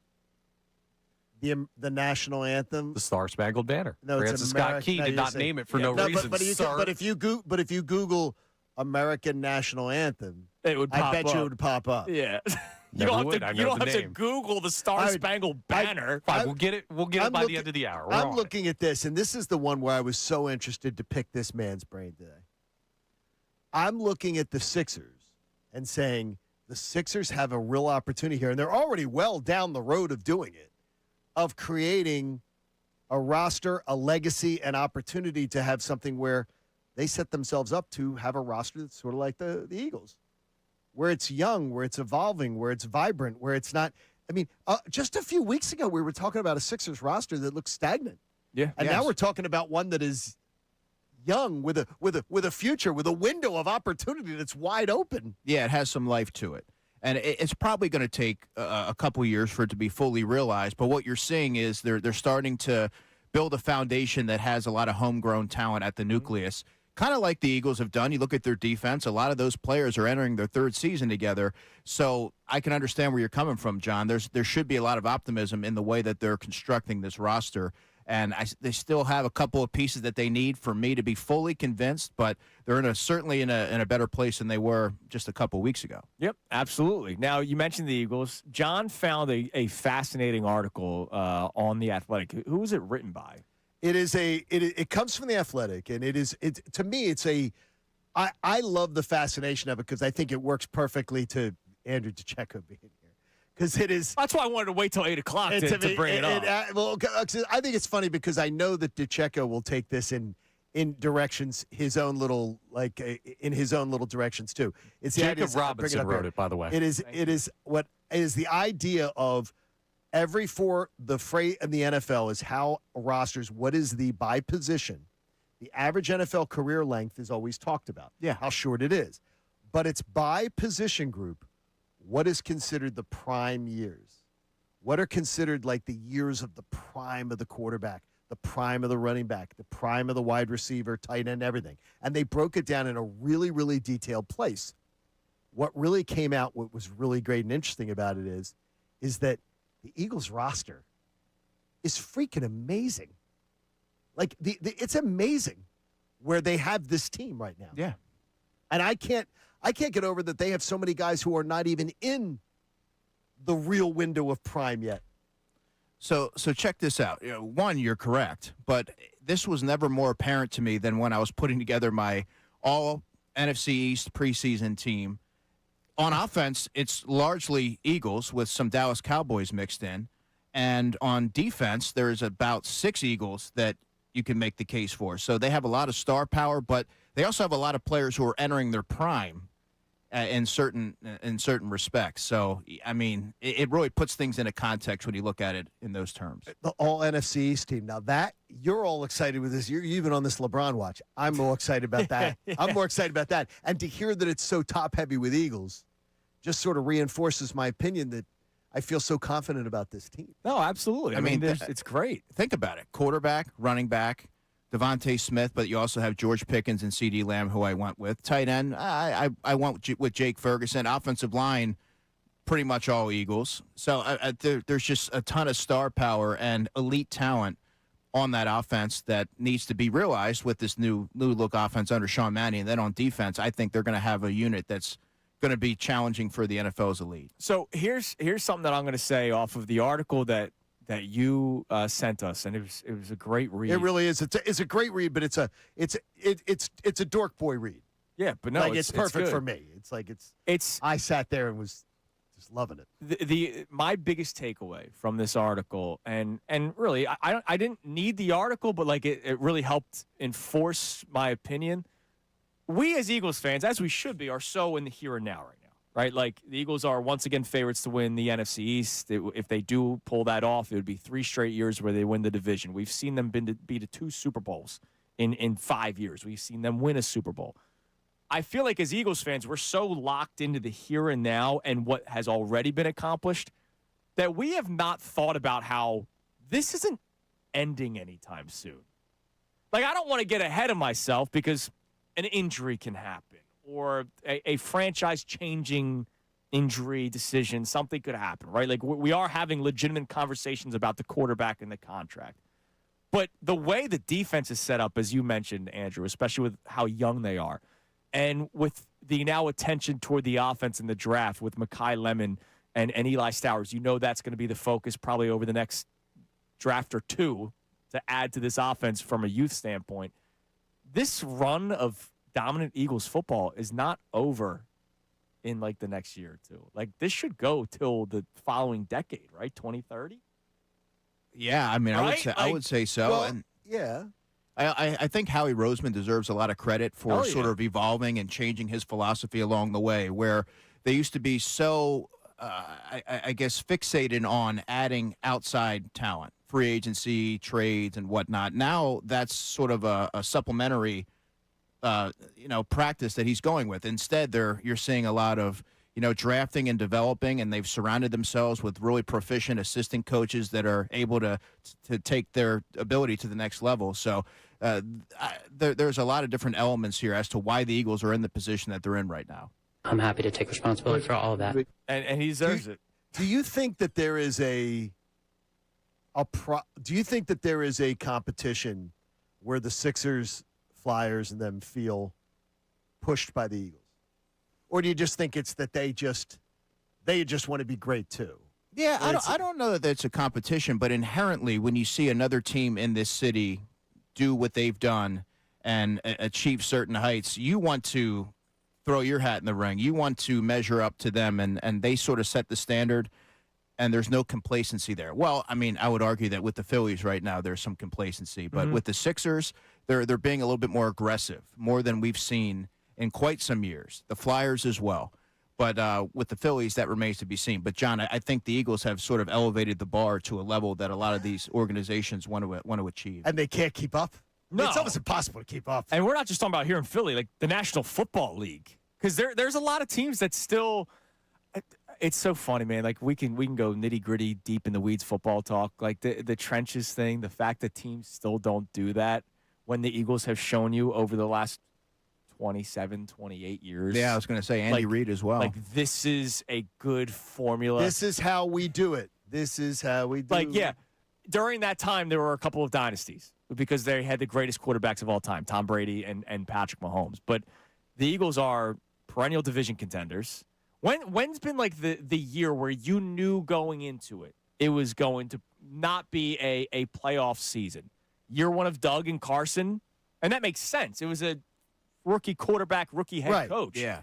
Other than that, since 2000, what was the year going into the playoffs or going into the season where you're like, they don't have a shot?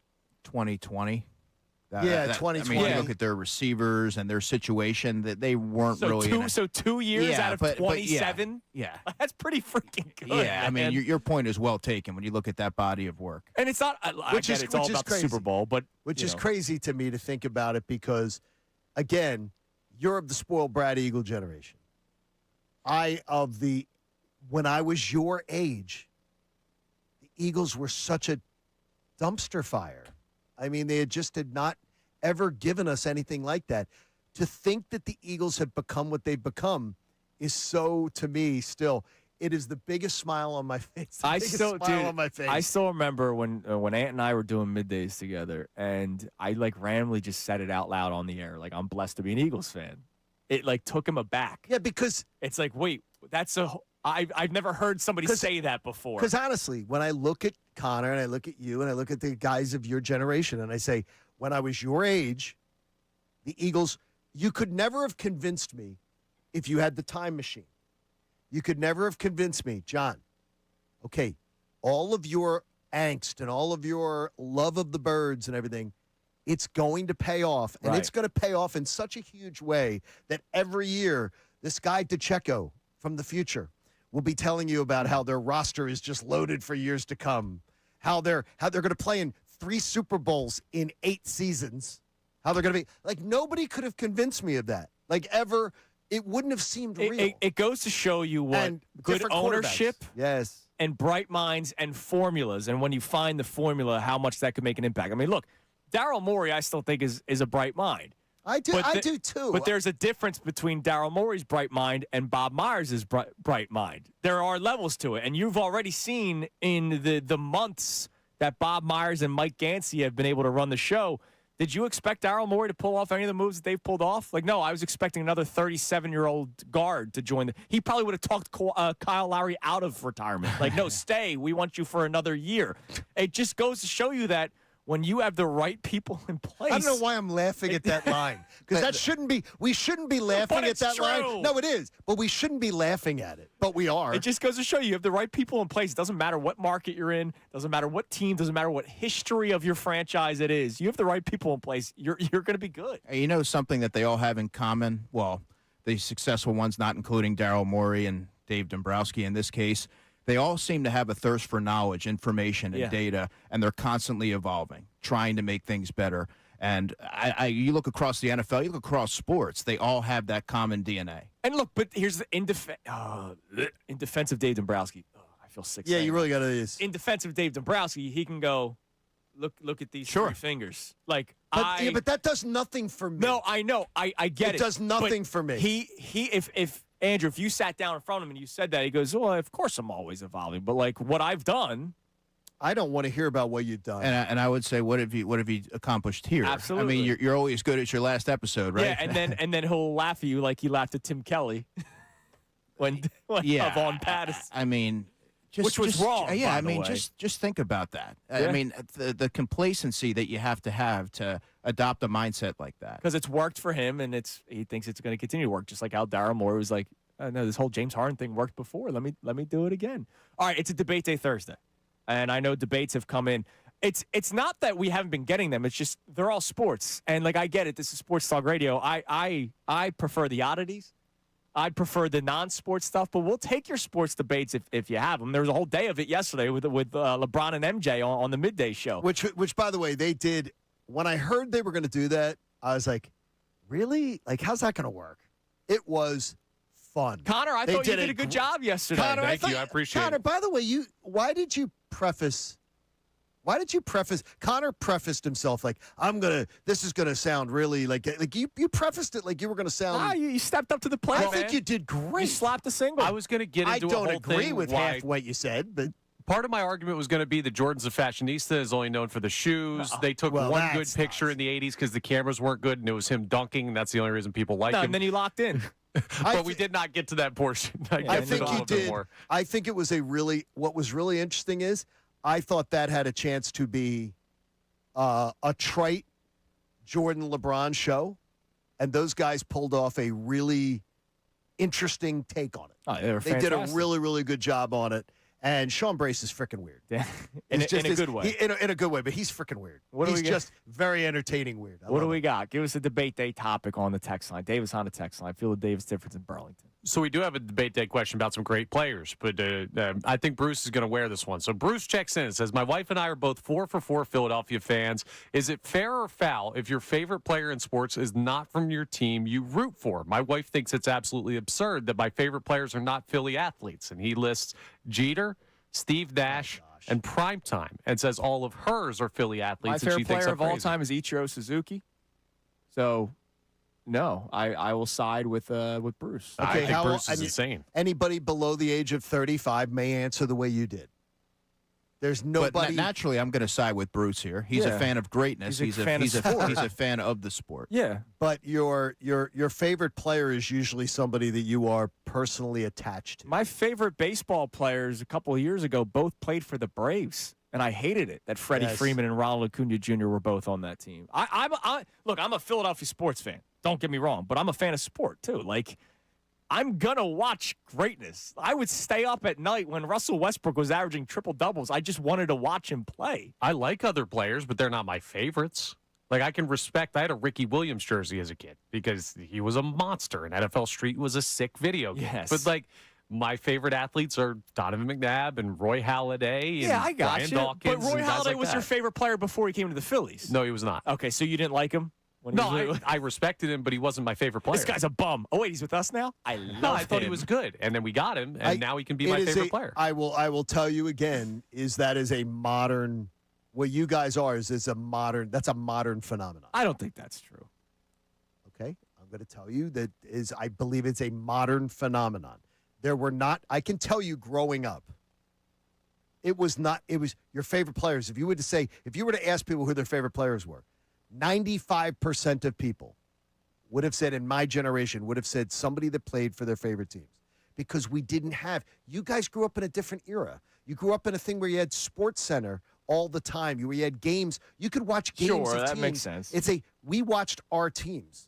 Like when the Phillies got to be on national TV, it was like a national holiday. When you think, the All-Star game used to be a big deal because there was one baseball game on national TV Right, a you got week. to watch them all. A week. And if the Phillies were that team, it was crazy. Like, you watched your team. You didn't have this. All visiting players almost seem mythical. You didn't get to follow them the way you follow them today.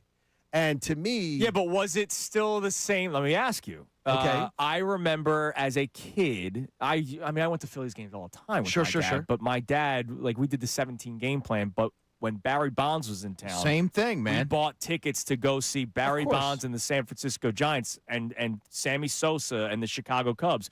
When you were a kid, even though there was no sports centers and all that stuff, if you knew that, Pee Wee Reese was, that's even better. They would go, there was still back in the day, I remember the commercials, like it'd be, come see. This player was coming in. Shoeless and Joe the Cubs. Jackson. And the Cubs. Hey, come on, kids. This is the real league. Come on in. If I knew Roger Clemens was pitching, I like wanted to be there. You wanted to go. Or I wanted to watch it. I had to watch it. You can like other players, but remember the premise of the question is your favorite. Yeah, And by the way, I wear Mizuno and by the way, still you in don't- a men's by the league way- because of him. By the way, the weird. key is when you say someone is your favorite player, you don't get to have three. Your favorite is your favorite. You don't have three. Yeah. Who is your favorite? Ichiro. So no Jimmy Rollins. Jimmy Rollins is my favorite Philly. No, okay. Ichiro is my favorite player of all time. Your favorite player of all time. So if you had to say favorite player, it's Ichiro over Jimmy Rollins. Yes. That is, to me, pisses me off. My favorite basketball player of all time, Kobe Bryant. How about that? Yeah. Love it. Love Kobe, but you love wow. Kobe, but you don't love Ichiro. No, I see no, I don't. No. I just no, but I don't love that answer either. I don't love that answer. I'm not pleased with either one of you at the moment. Go to your rooms. Yeah, just if you tell me you're a Phillies fan, your favorite baseball player is Derek Jeter. I don't like it. I'm going to look at you weird. No, I'm going to look at you strange because I'm like, I don't trust you. You just don't respect game. Winning, I don't trust winning you. pedigree, dominance. Yeah, you know I what, don't Connor? trust you. Back in the day, your favorite player was Ricky LeDay because he played for the Phillies. And, I will continue. that's a good and I will pull. continue to argue that if Derek Jeter played for the Kansas City Royals or the Anaheim Angels or anything, we wouldn't talk about him the way we I do. was more of a Lieberthal guy. I thought you were going to say Todd Pratt. Todd Pratt. Yeah. All right, coming up next, more on the Eagles. We're gonna break a barrier here in Sports Talk Radio. Instead of what are you most concerned about, what are you most confident about going into the 2026 season with the Philadelphia Eagles? Are we allowed to do that? We'll get into that coming up next. It is Kincade and Salciunas. Andrew DeCecco in studio with us right here on 97.5 The Fanatic. Now on 97.5 The Fanatic Sports Update. Reds even the series. I'm Connor Thomas. The Phillies dropped Game 2 versus the Reds 11-5 last night. A 4-home run, fourth inning put them out of it early, and Alan Ronhell and Tanner Banks were the culprits. They combined to give up 7 earned runs in the first 4 innings of the game. Don Mattingly talked afterwards about those two's performances. Not too bad. He kind of got where we wanted to go. We talked about 2 times through getting to the bottom there with the lefties. Really just looking for 2 outs from Tanner, and obviously that went sideways. And the bullpen has become more of an issue lately for the Phillies. Don Mattingly also mentioned on the ESPN broadcast of the game that he would be open to managing the Phillies beyond this season. Not something that we'd heard from him before. Something to watch as the season continues. Game 3 is tonight at 7:10 p.m. Jesus Luzardo faces Brady Singer. The Sixers find themselves firmly in the top 3 teams, according to recent reports on the LeBron James sweepstakes. It's them, Miami, and Cleveland that appear to be on the short list. The Flyers and Ducks are still waiting to see what plays out with the Leo Carlsson offer sheet situation. Well, the Ducks aren't waiting. They're deciding. The deadline for them to match the Flyers offer sheet is 3 p.m. tomorrow afternoon. Still doesn't seem like even insiders in the NHL know which way Anaheim's leaning, so we'll be watching that closely. This update is brought to you by Modelo. Join Ray Dunn tonight from 4 to 6 p.m. at Great American Pub in Conshohocken for the final Modelo match night. Enjoy Modelo specials, exclusive giveaways, and your chance to win great prizes. Details at 975thefanatic.com. I'm Connor Thomas on the home of the 2026 MLB All-Star Game in Philadelphia. 97.5 The Fanatic and the Fanatic app. Intelligent and honest conversation for your drive home. Unfiltered with Ricky Bo, Bill Colarulo, and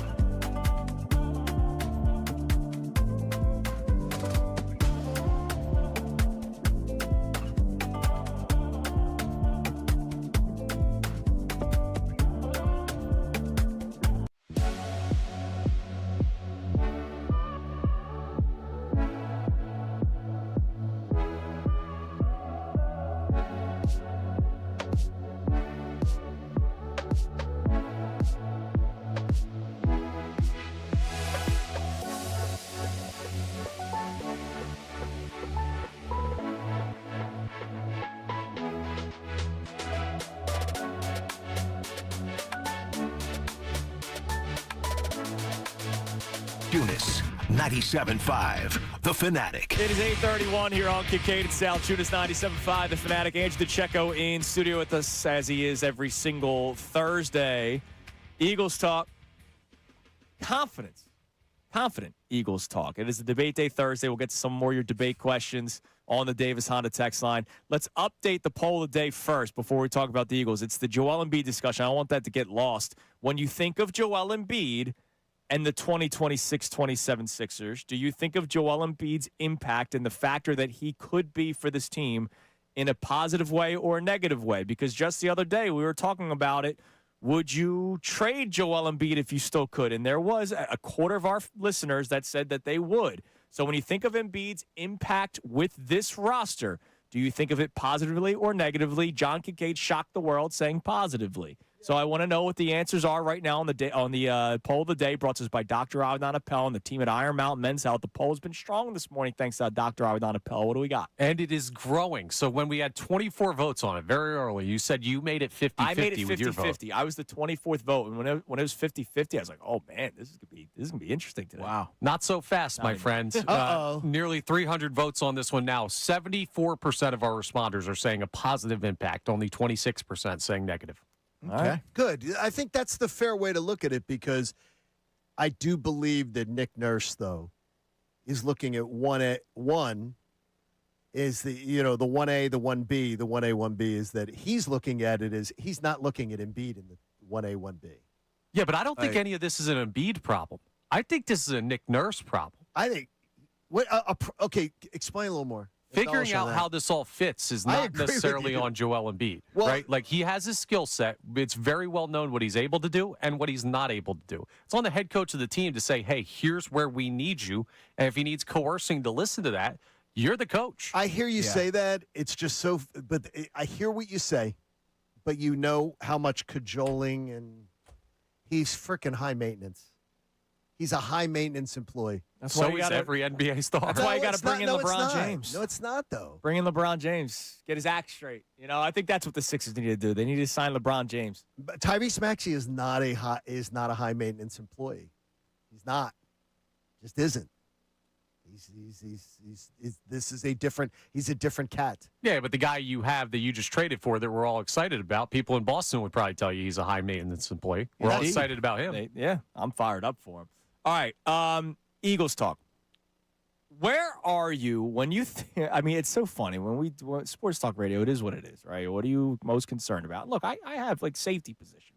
I don't know. We'll see how it plays out. The offense. But, there are so many things to also just lie in bed at night and just be like, oh, man, this is good. We have a lot of really, really good things with the Philadelphia Eagles. It's why we're talking about them potentially winning their third straight division. It's why ESPN broke down every single roster, and they had, according to their team, the second best roster in the National Football League. So let's go around the room. When I talk about the upcoming 2026 Philadelphia Eagles, what is it that you're like, yeah, this is going to be good? I know it will be. Andrew, we'll start with you. The defense. I mean, when you look at, and I mentioned this, they're going into their third season with Vic Fangio. Many of these players have been playing with each other since Vic got to Philadelphia. And so you like the continuity. They have playmakers at all three levels. The secondary is going to be drastically improved, I believe, with Reek Woolen at corner and allow Vic Fangio to even be more creative. And maybe that translates into more turnovers. Maybe. Jonathan Grenard, better pure pass rusher in my estimation than Jalen Phillips. So you look at it through the lens of how does that affect Jalux Hunt. Jalux Hunt benefited greatly playing opposite Jalen Phillips, and now he's got Jonathan Grenard from week one onward. I think Jalux Hunt's going to break out. Moro Jomo had a breakout campaign last year, and that adds to the depth that you already have with Jalen Carter and Jordan Davis. So there's a lot to be really bullish on through the, in the terms of the Eagles defense. Johnny? I'm going to shock you. The Eagles passing game. It's kind of shocking. It's shocking. The Eagles passing game. The Eagles passing game will be the most improved in the National Football League this year. Now, that's not that's not shocking because of the amount of space that they have to go. There's a lot of teams that, if I said that about Buffalo or Cincinnati or a lot of teams, they wouldn't have a big gap to improve on. Right. the Eagles will be the most improved passing team in the NFL this season. Clearly, that's what I'm enthused about. This is going to be. I do not think anybody will improve more than the Eagles this year in the passing game. What about like a Cam Ward year 2 in Tennessee? I'm talking about the team. The team statistics. The Eagles will be the most improved passing attack in the NFL because I think they have such a amazing growth space opportunity. Yeah, I mean it was bad. And so that's what I mean. It's such a terrible floor. It's going to be an incredible jump. But what if I were to tell you that it's all going to be dependent on the health of the offensive line? That's the key to all of this, because it doesn't matter how brilliant Sean Mannion is if the offensive line isn't able to be the driving force that gets the run game going, which opens things up in the passing game. I don't think that I would ever, first of all, question an observation from you, because I always take that in high regard. What I'm going to take is I'm feeling confident that the people who were banged up on the offensive line are going to come to camp much healthier than they came to camp last year. Whether that means it holds up over the course of the year, who knows? Right. But I'm confident that when we get to the end of July, we're going to be hearing, I feel a hell of a lot better than I felt last year at this time, from 3 members of the offensive line. And that, to me, is going to be at least giving me the confidence that things will work out. Okay. I'll give you Devontae Smith. I'm going to keep the same energy that I have been having, even when A.J. Brown was still a member of the Philadelphia Eagles and the trade talk started. I didn't want to see A.J. Brown trade because I like having 2 1,000-yard receivers. But I do believe there are some people that are concerned, is Devontae not as good without A.J. Brown? I think Devontae Smith's an elite wide receiver. And I can't wait to see him. Look, I'm so upset that A.J.'s not here because, like, if everybody was just happy, we'd be talking about a dangerous offense yet again, as long as the coordinator does well and the quarterback makes throws and all that kind of stuff. But I think Devontae Smith can be a wide receiver 1, and I'm like confident in that. Like going into this season, I don't worry about the absence of A.J. Brown. You've been incredibly confident about that. I'm bummed that he's not here because I like 2 more than I like 1. I am a child. Like Cooper's got 75,000 toys. He'd rather have that than 1. I'd rather have 2 1,000-yard receivers, but I know that Devontae Smith's still going to be really good this year. Yeah, the passing game is going to run through Devontae Smith, and I think supporting your strength, is that Devontae Smith has been a wide receiver 1 before. Granted, he was a rookie, but he's grown exponentially year after year, and he's a number 1 on a lot of teams out there. All right, Connor, is there something that you – go ahead, John. Can I ask just one redirect on Mr. Checo there? Mm-hmm. You say the passing game's going to run through Devontae Smith or whatever. Is it true, though, to say the Sean Mannion passing attack, though, runs through the running game?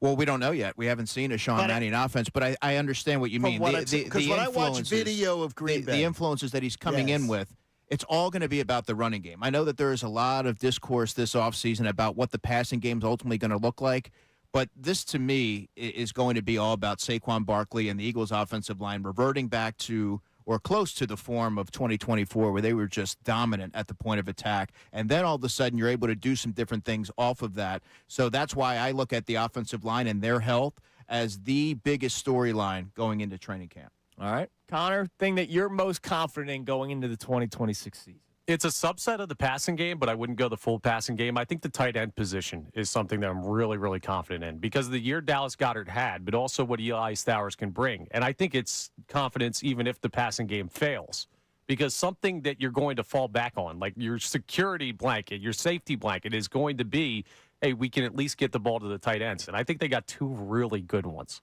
I like that. Yeah, borderline devastating. I like that. There's been a lot of negative press on Stowers.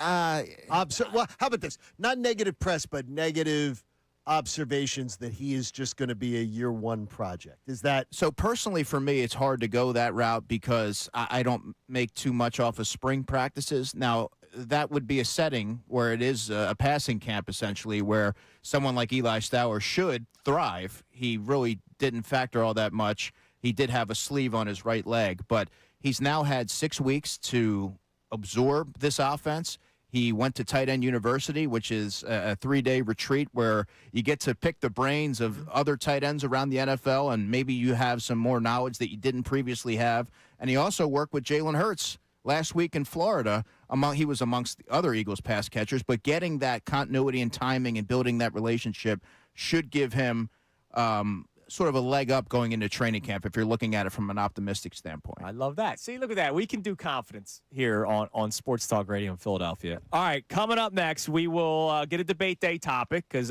Connor said some of the non-sports debates are coming in. I appreciate you out there on this debate day Thursday, 610-632-0975. But also, I'm glad you mentioned Jonathan Grenard. Jeremy Fowler has his coach's executive scouts poll that he's doing every single day. Monday will be quarterbacks. All right. Can't wait to see where Jalen is because that's going to lead to conversation. Jonathan Grenard was not mentioned at all. Is he slightly underrated? We'll discuss that coming up next. And the latest list that dropped this morning was defensive tackles. Do the Eagles have a top 10? Do they have 2 in the top 10? We'll get into that next as Kincade and Salciunas here on 97.5, The Fanatic. Hall of Fame.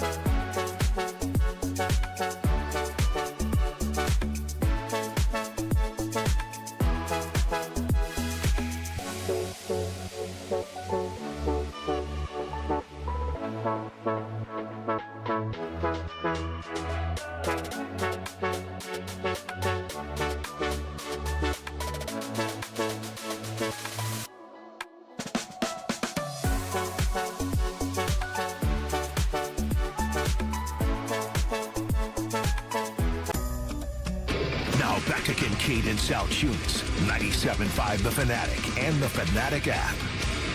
It is 8:47 here on Kincade Salciunas, 97.5 The Fanatic. Andrew DeCecco in studio with us this morning. And I knew, it's so funny. I have on the show sheet here, Fowler D-tackle list, update DeCecco on the other positions.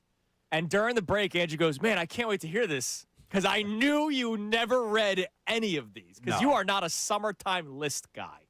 I don't do lists, and I kind of just like to post my content on social media during this lull in the NFL calendar and just cruise on out of there and live my life. But how do you feel about these? Because this is the one where he speaks with over 70 different coaches, I very much enjoy hearing this. This is, of all the lists, this is the one that I take the most stock in. Yeah. It's my favorite one, and then, sure, does it provide content for us on the air? Absolutely, and that's part of the game. But, I actually feel like I learned something. All right, how does the league value these guys?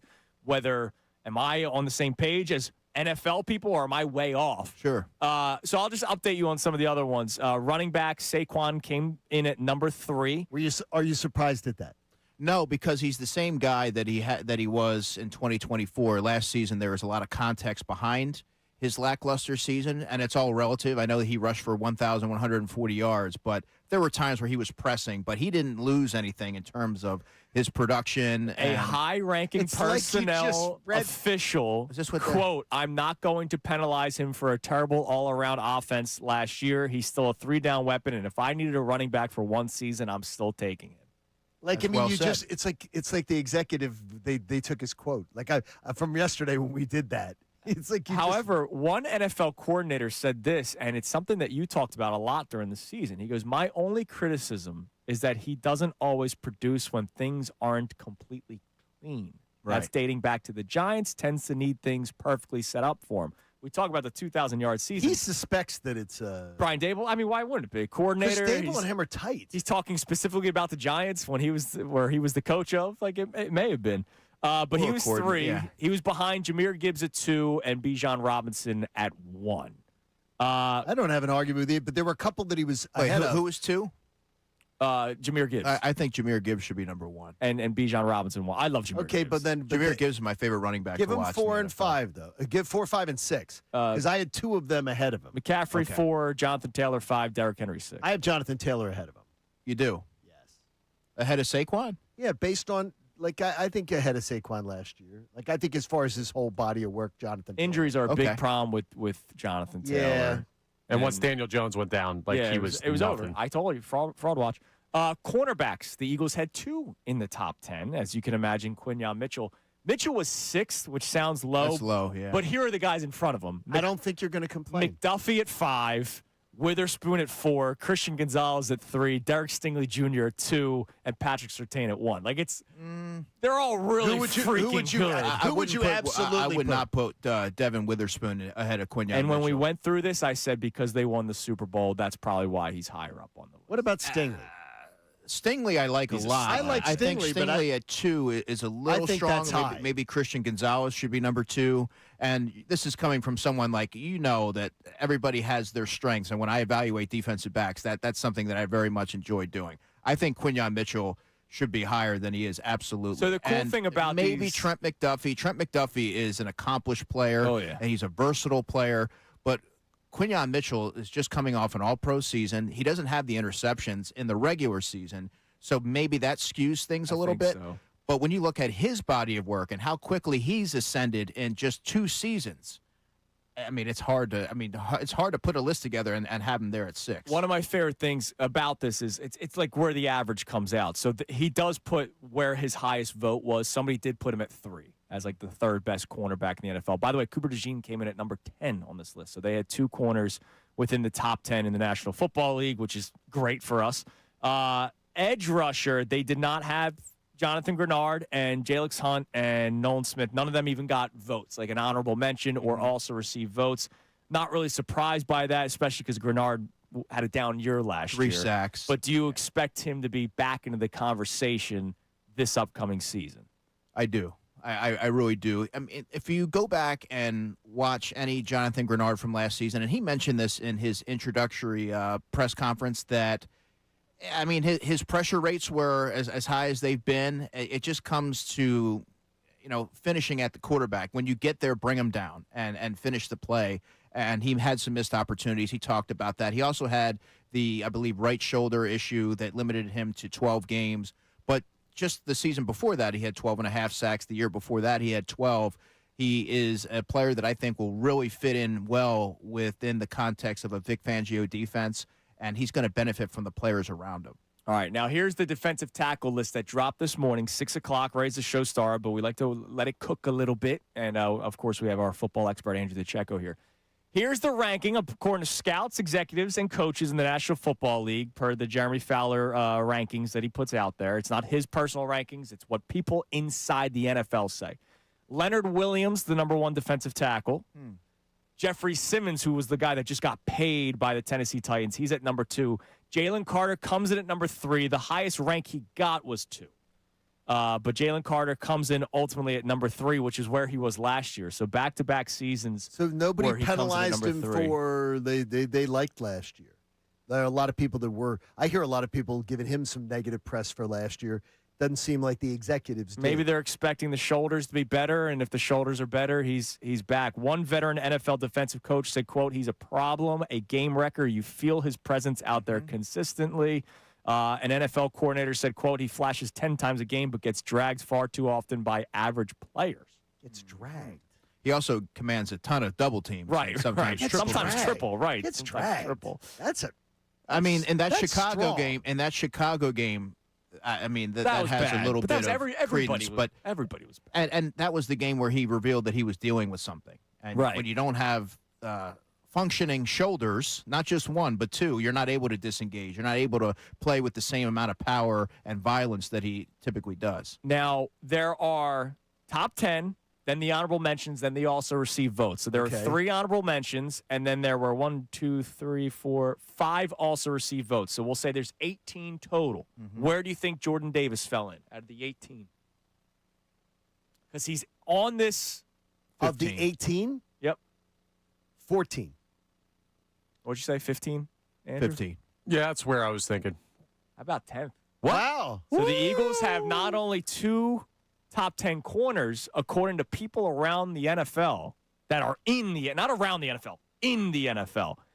They have 2 top 10 defensive tackles. Oh, it's big boy season. And Let's by go. the way, Moro Ojomo not mentioned, right? And he had a hell of a season last year. Different type of player, right? Yeah. But he is someone that's entering the final year of his rookie deal. He's coming off a career season. He had 6 sacks.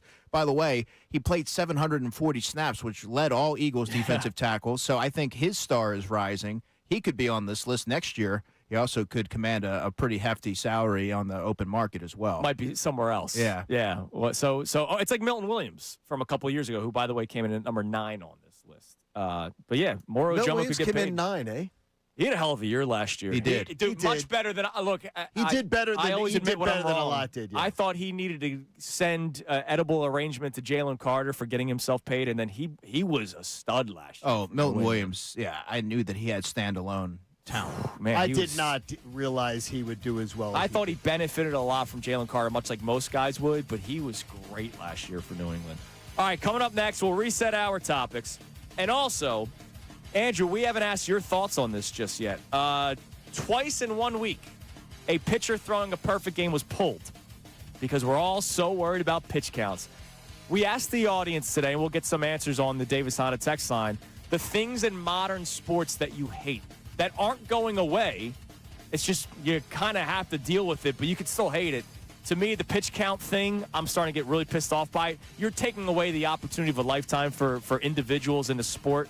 They're at the best of the best, and you're taking that away from them. We'll get some of your answers on that coming up next as well. It is Kincade and Salciunas on this Debate Day Thursday here on 97.5 The Fanatic.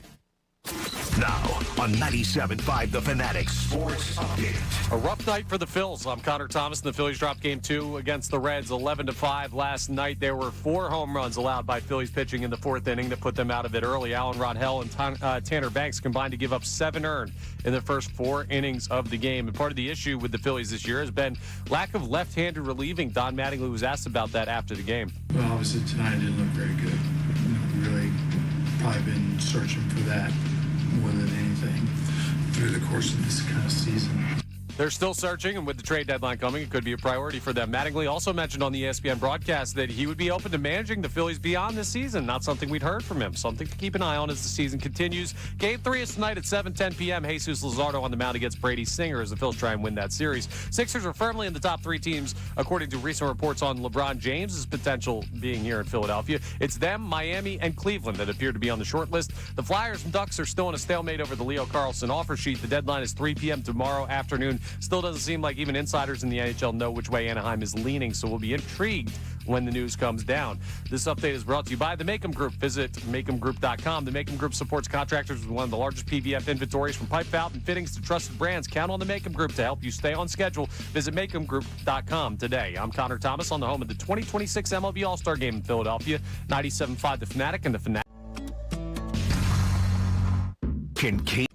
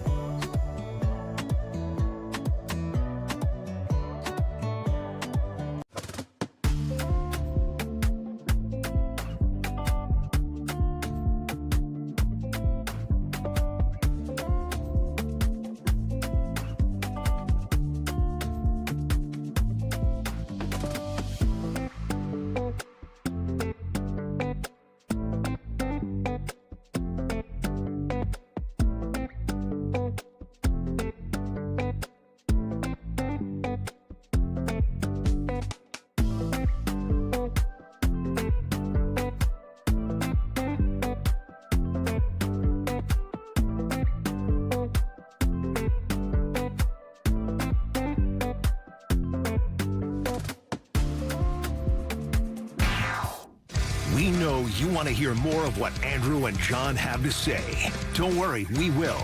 But first, let's hear what they got into earlier today on Kincade and Salciunas. Tanner Banks, who can't get anybody out this year. It's wild how relievers can be like kickers. He was so good for the Phillies last year. This year, he's dreadful. He allows 4 earned runs yesterday, as does Jose Alvarado. Both lefties, by the way. And that's why I will once again reiterate that I want the Phillies, for their biggest name, the biggest splash, has to be some sort of left-handed fireball. You can't do this for another 3 months. We can't do this. We can't talk about, well, when they get to the playoffs, this team's going to be, the freaking Marlins caught you last night. When you think of Joel Embiid and this Sixers roster, do you factor in Embiid positively or negatively? I am going to look at it as he's gotten to be more complimentary in the plan. Mm-hmm. So I would say positive. All right. I'm going to say positive. This is a big day because for he's gotten to be Kincade. because he's gotten to be more complimentary. That is if I see the plan play out that way. If I see them having to cater to Joel Embiid, that's different. If I see that it is well, we're having a hard time figuring out how Joel fits, and is Joel happy in the offense, and does the offense work? Does the offense work with Joel Embiid No, I still think it's going to work. The two-man game of him and Jaylen Brown, I think, will really work. I'm really excited for it. I was talking to a very, very bright basketball mind yesterday just to kind of confirm some of my opinions of this roster, and he was like, it's going to be great. Like, why are you asking me this question? Now, back to the show. Yeah, it's going to be really fun as long as Joel Embiid stays healthy. Well, you know, what else is new? But put that on a loop. The two of them, Joel Embiid and Jaylen Brown, will work. And Tyrese Maxey will be able to, once again, play off ball, which I think is going to be best for him moving forward. So that's some of the things we've been talking about this morning. Also getting into some Eagles discussion with Andrew DeCecco, who's in studio with us on this Debate Day Thursday. We'll get to some of your debate questions that you've texted in to the Davis Honda text line. But Andrew, we also got into a discussion about things in modern sports that we hate, that we just have to unfortunately deal with. We can yell and scream into microphones, phone lines, text lines. It's not going to change. Like, load management is not going to change. Adam Silver can pretend like he's going to try to fix things all he wants. If a player's knee is bothering him slightly, they're going to say, no, I'm going to take the night off. Like, it's just going to happen. That's not going away anytime soon. So the reason why we thought about this was we just had, for the second time in a week, a player throwing a perfect game pulled. Now, earlier in the week, the guy from Miami got pulled at 97 pitches, and he was coming off of an injury. So you understood it, but if I'm Yuri Perez, I'm still pissed off. Like, I just threw 7 perfect innings in Major League Baseball, and you're not giving me the chance to go out there, and I have to pretend like I'm okay with this decision. Like, I would be pissed off. The guy yesterday for the Pirates was at 77 pitches, and they pulled him after 6. That's ridiculous. And it just seems like we're going to be doing this. Like, hey, I don't care what you're doing right now. Analytics tell us third time through the order, you're not good. We need to try to win ball games. Your pitch count. We know that if you throw 100 pitches this game, it means you're going to be pitching poorly the next game. Analytics. Like, there's so much information now that it takes away from some of the individual joys of sports. And so this new 2-in-1 week pitch count thing is pissing me off. John, what was yours? It wasn't load management. It was I'm trying to think of the exact wording of it. Connor? I'm trying to remember too. It was more of the, I'm trying to think, because I don't want to say it's not load management. It's more of the nerds of determining the nerds determining sports over actual people who played the sport and understand the sport. People who never played the sport dictating the sport. Yeah, like Jonah Hill and Moneyball. To me, it's ridiculous. It's ridiculous that you don't know who Eckerton that Don is. Mattingly would have to sit in a meeting and have to be lectured by nerd boys about, Don, you need to do this because the analytic chart tells you that this has to be done.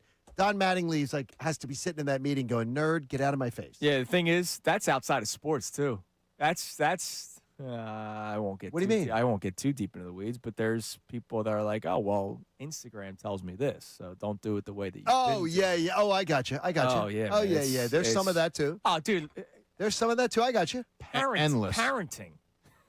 Too much information and not enough smart people. Well, I love this stuff. I have a 4-year-old son, and it's like, well, we shouldn't do that because data says, and I'm like, I'm okay. I'm a happy and healthy 32-year-old man.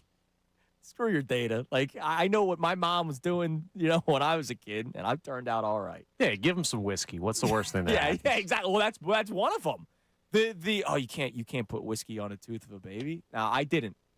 By the way, what do you mean? I was about to say, wait, did you? You don't put it on the tooth on the of the gun. baby. No, on the gun. By the way, in a glass with rocks. By the way, we did.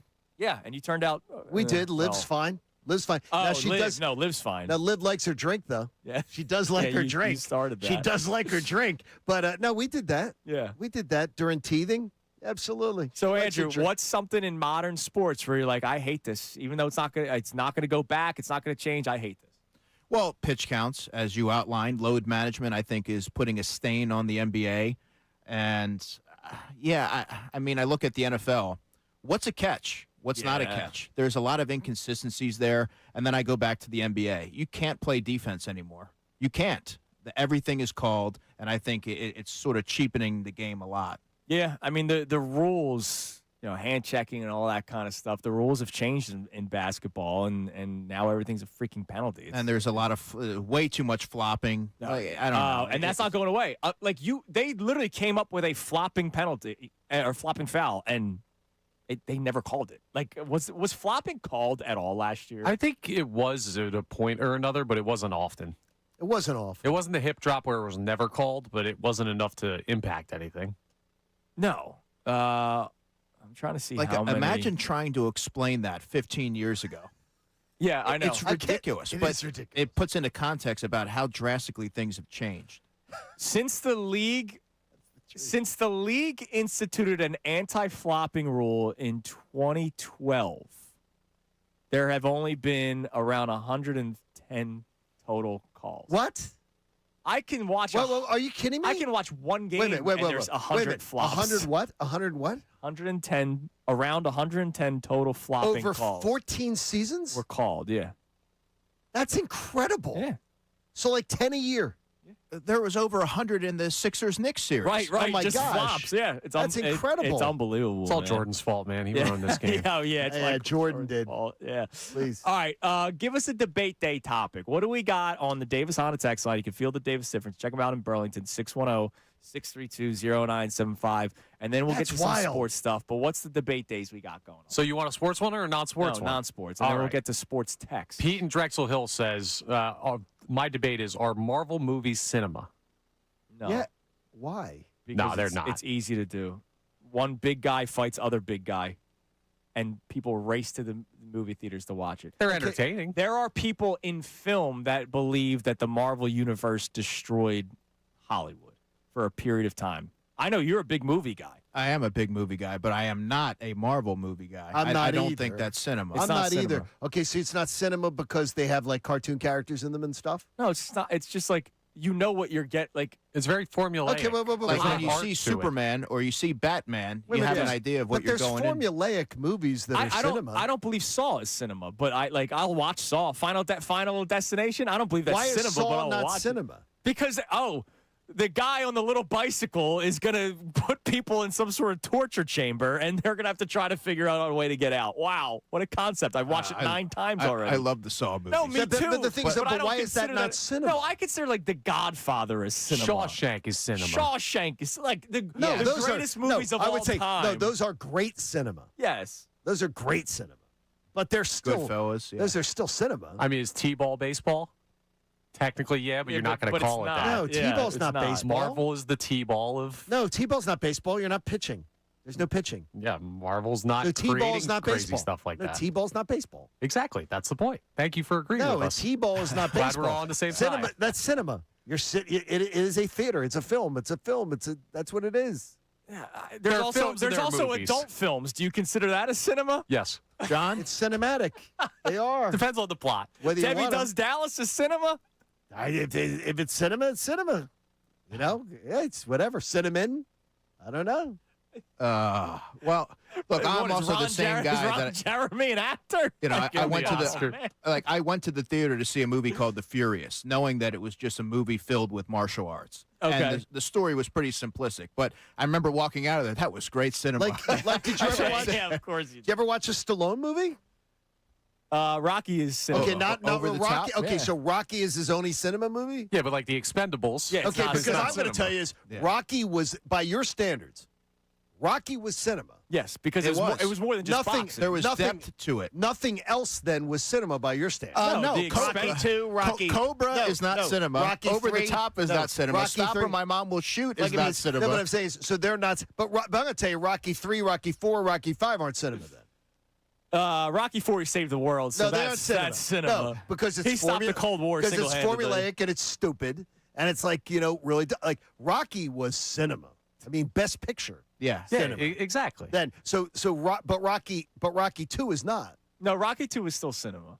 Rocky 3 got silly, and that's where Yeah. it became Well, that's where it entertainment. goes, the jump the shark route. Right, but where it Rocky gets 1 to and that 2 were cinema, and I would say Balboa was cinema. Okay, do you when you're rounding it back? Fast The and Fur- Creed movies. Are any of the Fast and Furious movies cinema? No, but dude, one of my favorite days when I was living with my best man Jimmy, we were living together for 2 years. We were hungover as hell on a Saturday, and Fast and Furious 1 was on at like 10 o'clock in the morning. We put it on. Next thing you know, we ordered pizzas because it was 6 o'clock at night. We watched 5 straight Fast and Furious movies because we were just hungover on the couch. That's not cinema, but it's a great time. Tokyo Drift, by the way. That's cinema. Very underrated when you look back on that series.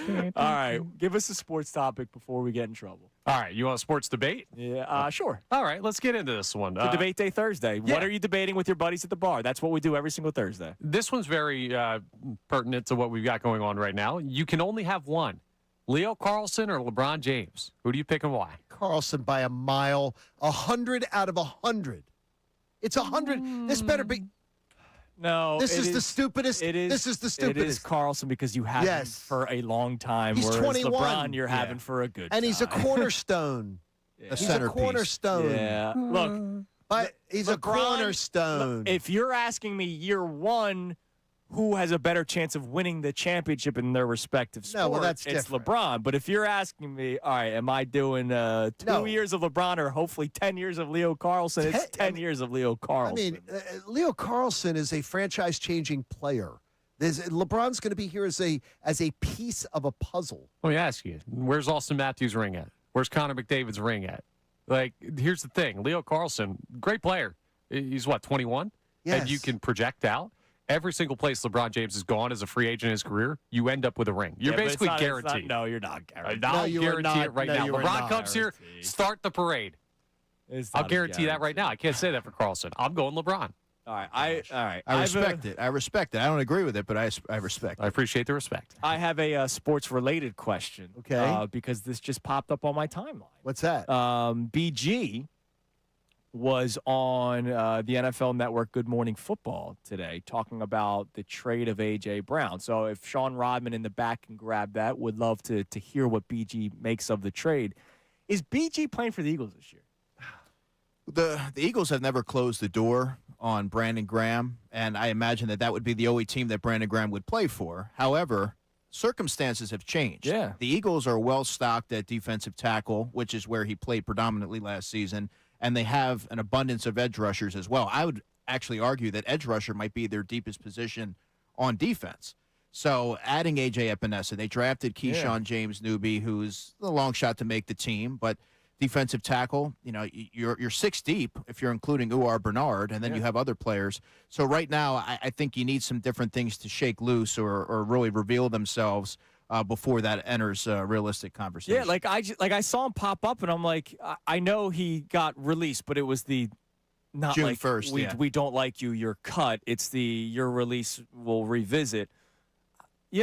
I'm like, is he gonna quietly retire again? Because He's never going to do anything quiet. No, I know that, He could, but- He wants you wait. to pay attention. He could wait it out until July or August. He could. He's a veteran. Sometimes veterans don't want to necessarily partake in the dog days of summer. Yeah, and I don't He's blame been through him. a few training camps. look at Jadeveon Clowney's been doing that for 5 years, and it works out for him. But sometimes that gives teams a better opportunity to evaluate what they have. And if they view Brandon Graham, let's say, hypothetically, as someone who can give you something more on game day, there's value there, well, then maybe that's something that they'll entertain. But I don't think that they're there at this particular moment. Yeah, because if you think about I brought up Clowney. Clowney's also done it for 5 different teams. Like, to your point, Brandon Graham, if he's going to play again, it's for the Eagles. I can't see Brandon Graham. I don't think Brandon Graham can see himself wearing he's not going to play for uniform.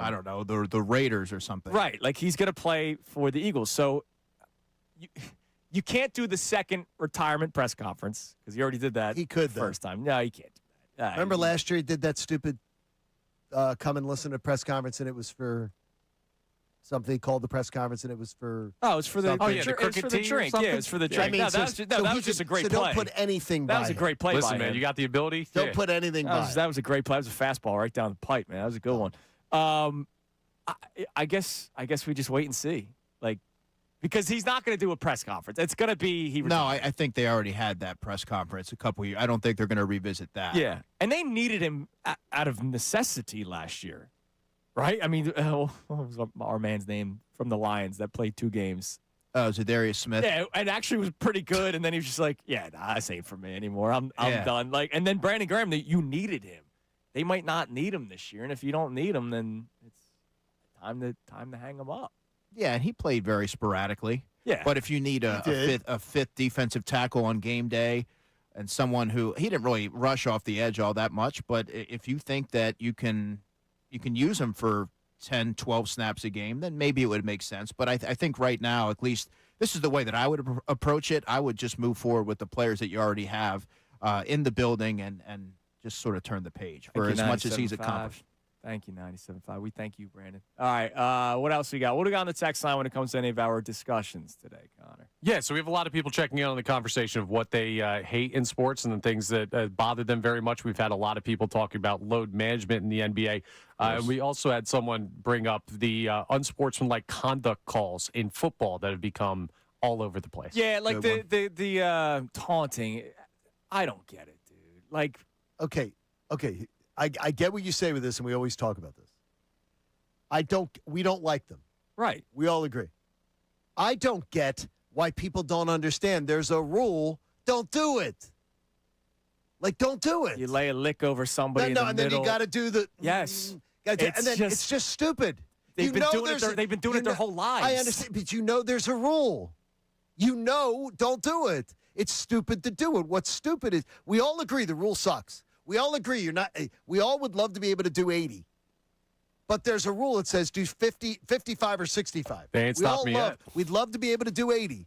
But if you get a ticket and you do an 80, don't complain. You're the one who's stupid. You're the one who's doing 80. I don't get angry at the taunter. I get angry at the fact that there is a taunting penalty. Cooper did it last year, like at the stupidest time, like in a game. It's like, what are you doing, I Cooper? get it. It was bad. I can see how you can get caught up in the moment. You make a big play. Your natural reaction is to celebrate. You're not thinking, oh, let me turn around real quick and go to my sideline. You're trying to, and I understand it's a rule. Self-celebration. It's a rule, and you have to go into it knowing that they're going to call it. It's very ticky-tack. I agree. But Right. I think there's the human element there that it's hard to quantify. I mean, when you make a big play, naturally you're going to be I think what bothers me is it's the demonstrative. Yeah. It's the self-celebration. It's not the team celebration. Oh, so you should celebrate yourself every once in a while. It's the look at me celebration. Yeah, but if I take a 250-pound tight end off his feet, I'm gassed up. You know, like when Cooper DeJean tackled Derrick Henry, but he didn't do the taunting. He did that play. That's the greatest play of his career, right? Other than the pick six. The pick six in the Super Bowl on his birthday. Super Bowl was great. Pretty good. But the greatest single play that you're going to watch him make a defensive play, where you'd go, the highlight play of his career that they'll be showing when he's retired. That'll be that takedown of Derrick Henry. He didn't have to do some stupid dance and dance around everything. I mean, he was did celebrate after that play. He stood there. No, he did the hands thing and everything. Right, but he stood there. They literally had a milking celebration. But they do that. But that's what he walked away. But he did exactly. He walked away from He didn't taunt. I think you're allowed to do. You're allowed to do the milking thing. You're allowed to do it. But he didn't taunt. Johnny rules. Taunting. Protect the shield. Taunting is stupid. Yeah, you and Raj. How was lunch with Roger Goodell yesterday? He show you his jar of Skittles? When you know, he give you a lollipop? Did you guys have a drink in the weird basement that he has? Does that skeeve you out? What? Like when someone has like the jar of Skittles? Absolutely. Skeeves me out. Yeah, it's disgusting. I'm not going into the jar. Yeah, it's disgusting. Oh, I'll entertain it. Okay, you're putting your hand in to get where I'm probably other dumping people's- it into my hand. how? Yeah, but they've already you touched. tip the jar. They've already touched. You can't tip the jar. It's on somebody's desk. Yeah, it's weird. I would do that, but I am also someone that would use a paper towel to open a door handle. Really? But I won't go into it. Like I'm not. Or sometimes use my shirt to open a door at a Wawa. I do that. That's dirty. Those things are. I can't get sick, That's man. the work. Can't do that. All right, coming up next. Usually, we don't do it every single week, but we've been doing it a little bit more frequently, where I have you, Andrew DeCecco, battle John and Connor in trivia. And it's usually obscure Eagle stuff, and that's why you win all the time. We're going even playing field today. Music? No. It's not even. Yeah. Earlier this week, we did All-Star trivia. And it was good. It was a good matchup. All-Star game appearances by members of the Phillies. Okay. I have the somebody had to go trivia questions. because baseball always has a representative of each team. So I have the years of Phillies where only one went because somebody had to. And I will give you the year, I'll give you a clue, and all three of you head to head. We will have only one winner today. Got it? That comes your way next. It is Kincade Salciunas here on 97.5 The Fanatic. All right, on the biggest stage in the world, FanDuel, in partnership with Valley Forge, is changing the game because sometimes your player gets subbed off and your bet goes with them. Well, not anymore. This is how they're changing the game. They want you to still be able to chance to win money. Think about that. A sports book doesn't want your bet to end. A sports book wants your bet to continue. With FanDuel Super Sub, if your player is subbed off the pitch, well, your bet stays in because whoever goes in for that player, they just take over the odds that you originally made the bet on. So I would imagine if Lionel Messi goes off the pitch, whatever his odds are, they're probably pretty good. The guy that would be coming off the bench, it would be like plus 600. But Lionel Messi, those odds continue. And I know that Lionel Messi can score goals. So you're still in it until the final whistle. All you got to do is visit FanDuel.com/local to get started now. FanDuel.com/local. Let there be goals this summer on FanDuel. You got to be 21 plus, present in Pennsylvania. Gambling problem, call 1-800-GAMBLER. Now on 97.5 The Fanatic Sports Update. Phillies dropped Game 2. I'm Connor Thomas, and the Phillies lost Game 2 in Cincinnati last night, 11-5 to the Reds. 4-home run, fourth inning. That's not exactly how you draw it up, and that's what Alan Ronhell and Tanner Banks combined for. They gave up 7 earned in the first 4 innings of the game. Don Mattingly talked after the game about their performances. Not too bad. He kind of got where we wanted to go. We talked about 2 times through getting to the bottom there with the lefties. Really just looking for 2 outs from Tanner, and obviously that went sideways. Yeah, a lot went sideways for the Phils in that game. Mattingly also mentioned on the ESPN broadcast that he would be open to managing the Phillies beyond this season, something that he said he was against previously. Game 3 is tonight at 7:10 p.m. Jesus Luzardo faces Brady Singer. Sixers, they're still watching the LeBron situation closely. According to multiple reports, they're in the top 3 teams. It's them, Miami, and Cleveland, so we'll be watching that. We'll also be watching them in Summer League action. That starts tonight for them. The Flyers and Ducks are still in a stalemate over the Leo Carlsson offer sheet. The deadline's 3 p.m. tomorrow afternoon. Still doesn't seem that anyone knows which way Anaheim is leaning, so it's up in the air whether or not Carlson will be a Flyer. We'll watch that closely as well. Andrew DeCecco with us for the remainder of the show. This update is brought to you by our friends over at Corona. Your shot at Home Run Derby and MLB All-Star Game tickets starts with Corona and 97.5 The Fanatic. Join us All-Star Weekend at City Tap House, Morgan's Pier, and Tailgate Sports Bar. Learn more at 97.5thefanatic.com. Must be 21 plus. Presented by Corona. I'm Connor Thomas on the home of the MLB 2026 MLB All-Star Game in Philadelphia. 97.5 The Fanatic.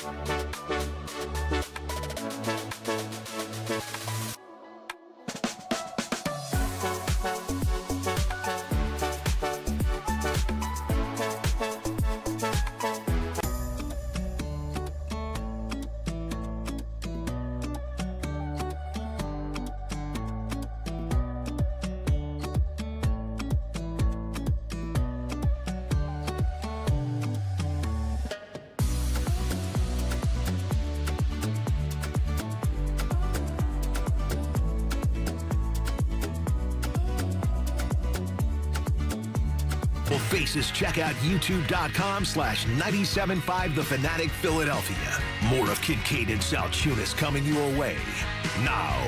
The final hour of Kincade and Salciunas is presented to you by The Bagster. It's a dumpster in a bag. You can get yours today at Home Depot and Lowe's. You need details? Go to bagster.com. All right, it is 9:30 here on Kincade and Salciunas 97.5 The Fanatic. Coming up in a minute, we will do All-Star Trivia. Earlier in the week, we did the most All-Star appearances by members of the Phillies. Today's edition will be the Somebody Had to Go, because you have a representative. So if I said, as an example, 1996, Ricky Bottalico. Ricky Bottalico. Now, Ricky Bottalico deserved going. He was Yeah, not we're going to just clip somebody that. Go. No, he deserved to go. Speaking of Ricky Bo, coming up in the final segment of the show, they did a trial on Unfiltered yesterday of Mustard Gate. I'm glad I brought this to the attention because it was great. There was just a pile of mustard outside of our studio, and it just went undiscussed, unnoticed until I finally. Brendan and I talked about it on Friday. All right, and now we got to the bottom of it. Apparently, it's a mess. It's disgusting. First, we had pizza grease on the door handle. We know what happened there. And then we got mustard. Yeah, I mean, Mustard Gate. There's some disgusting people around here, so you'll hear that. Like unbelievable. It was great. Yeah. And again, sometimes people are telling the truth and they sound like they're lying. Well, we'll hear some audio coming up in a little bit. All right, let's go head to head. You guys, you guys are every man for himself here. Can I have some game show music or some baseball music or something? Ooh, thank you. All right, I'm gonna go all over the place. I won't go back to like 1970 when Joe Horner was the lone representative. It does sound scary. It sounds like Unsolved Mysteries here. Exactly. Yeah. All right, let's go. We'll start here. 2003. Oh, Randy Wolf. Wow, you didn't even make me give a clue. Ding, Well, ding, ding. Randy Wolf was big time around that year, Oh my God, 2002, dude. 2003. You're not just some football guy. He's not. You're a I remember sportsman, Randy man. Wolf. Oh my going. God, dude, that was. Didn't he hit 2 home runs that season in one game? No, that was Robert Person. I was at that game. I think Randy Wolf hit. hit a couple home runs as well. He hit home runs, but I don't think he ever had a 2 home run appearance. That's great. All right, good work by you. All right, let's go with 2014. Okay, give me it again. Chase Utley. Chase Utley is correct. Nice. Very good. That was his last one as a Philly. Yes, and it was the. It was the last one. Yeah, and then he went to the Dodgers, became the Silver Fox. Very good. All right, how about 2017? Oh, come on now. I'll give them a chance. This is too. What's his name? Pat. Neshek. There you go. Yes. Well, then, Why should have got Connor? Well, Connor, you held out. That's Connor's answer. No, it's not. Yes, Dude, because you it's a had game. the answer. What do you mean? had the answer. I'll give them Connor a had chance. the, no, Connor guy. had Give the them a answer. It's every person for I themselves. wouldn't have gotten it unless you said I would not have gotten that until you said when I'm Connor trying to be said it. I polite knew it here. was something odd. I just remember That's the guy's Connor's last point. name. It's I don't Connor's know. point. I don't know if he actually got it. No, it's Connor's point. He gets that point. I guess we'll find out from my other answers. We all right. contributed. Connor's All right, point. I'll give it to you. All right, how about the year before that? 2016. Odubel Herrera. Wow, Connor again. I think I said Herrera before he said Odubel. Yeah, but he said I don't know. Everybody knows who Odubel is. All right, fine. I got to get out of your wheelhouse a little bit here then, because I got to make this Okay, a I thought that was competition. okay, close. All right, let's go 97 and 98. 97 and 98. Kurt Schilling. Oh, my Very God, Connor. Very good. Oh, that's the Locked On Phillies podcast for you right there. All right, how about 2000, the turn of the century? Mike Lieberthal. That was the That was Checo. me. I got Very it. good. Oh, he stuttered. No, he had No, it. he had I had it. All right, fine. I mean, I'm not even giving clues, and you guys are just Well, we know the nailing this. era. I mean, you're You see, I got the early 2000s Phillies. All right, let's go 1990. Dykstra. I was just about to give a clue. I just said the word nailing. Nails. Nails. Good job, Johnny. All right. Wow, man, you are on fire. All right, how about we go? Oh, I can't go back to the 70s, or maybe I Why not? should. I'm the only one who could get it. I remember it. Let's go 2001. 2001. Oh. Rollins. It is Jimmy Rollins. All right, well, you are now tied with Andrew DeCecco. Connor, you're in the lead with 4. You have a 2-name lead right now. I'm just going to kick my feet up back here. All right, let's go 2015. The lone Jonathan Papelbon. Dude, that is Very correct. good, I'm very not good. even giving clues. I wanted to give clues. All right, how about 2018? JT. Nola. Nola's year. It was Correct. Nola's year. The year that everybody tells you about Nola. That's That's the year everybody tells you what Nola was. So he deserved Nola it. was like a Back in top 2018, 3 he was pitcher. Third in the Cy Young voting. He was a that top year. 3 pitcher the one year they He bring was out. nasty that year. He did. Yeah, it he was. did That's deserve how it. you remember it. All right. How about I give you 1991? 1991, I remember Kruk. That is correct, John Kruk. You are now one Damn. back of Connor Thomas. How would you guys remember 91? I was a season ticket holder in 91. All right. Like a 13-gamer. I was -3. How about 1968? 1968. God, I that was, 2. nah, I have No idea. Chuck Klein. Oh, you didn't know Woody Fryman was the No. lone representative? Yeah, see, No. that was going to be my first guess. Nah. All right, so the Phillies, over the last 1, 2, 3, 4, 5, 6 seasons, have sent at least 2. Okay. 2019 was the last time they only sent 1. Who was it? JT. That is Very good. correct, JT Good. Real Well, this is a Muto. good game. Pretty even. I think we're running out of options except for like the 60s and 50s. Really? And yeah, I mean they've had a lot of good years where they've sent at least 2. All right. Shut it Okay. down. All right, fine. Well done. I'll give you. Well I'll done. give you one more. Okay. John could tie Connor. Connor could ice it, or DeCecco could. What year?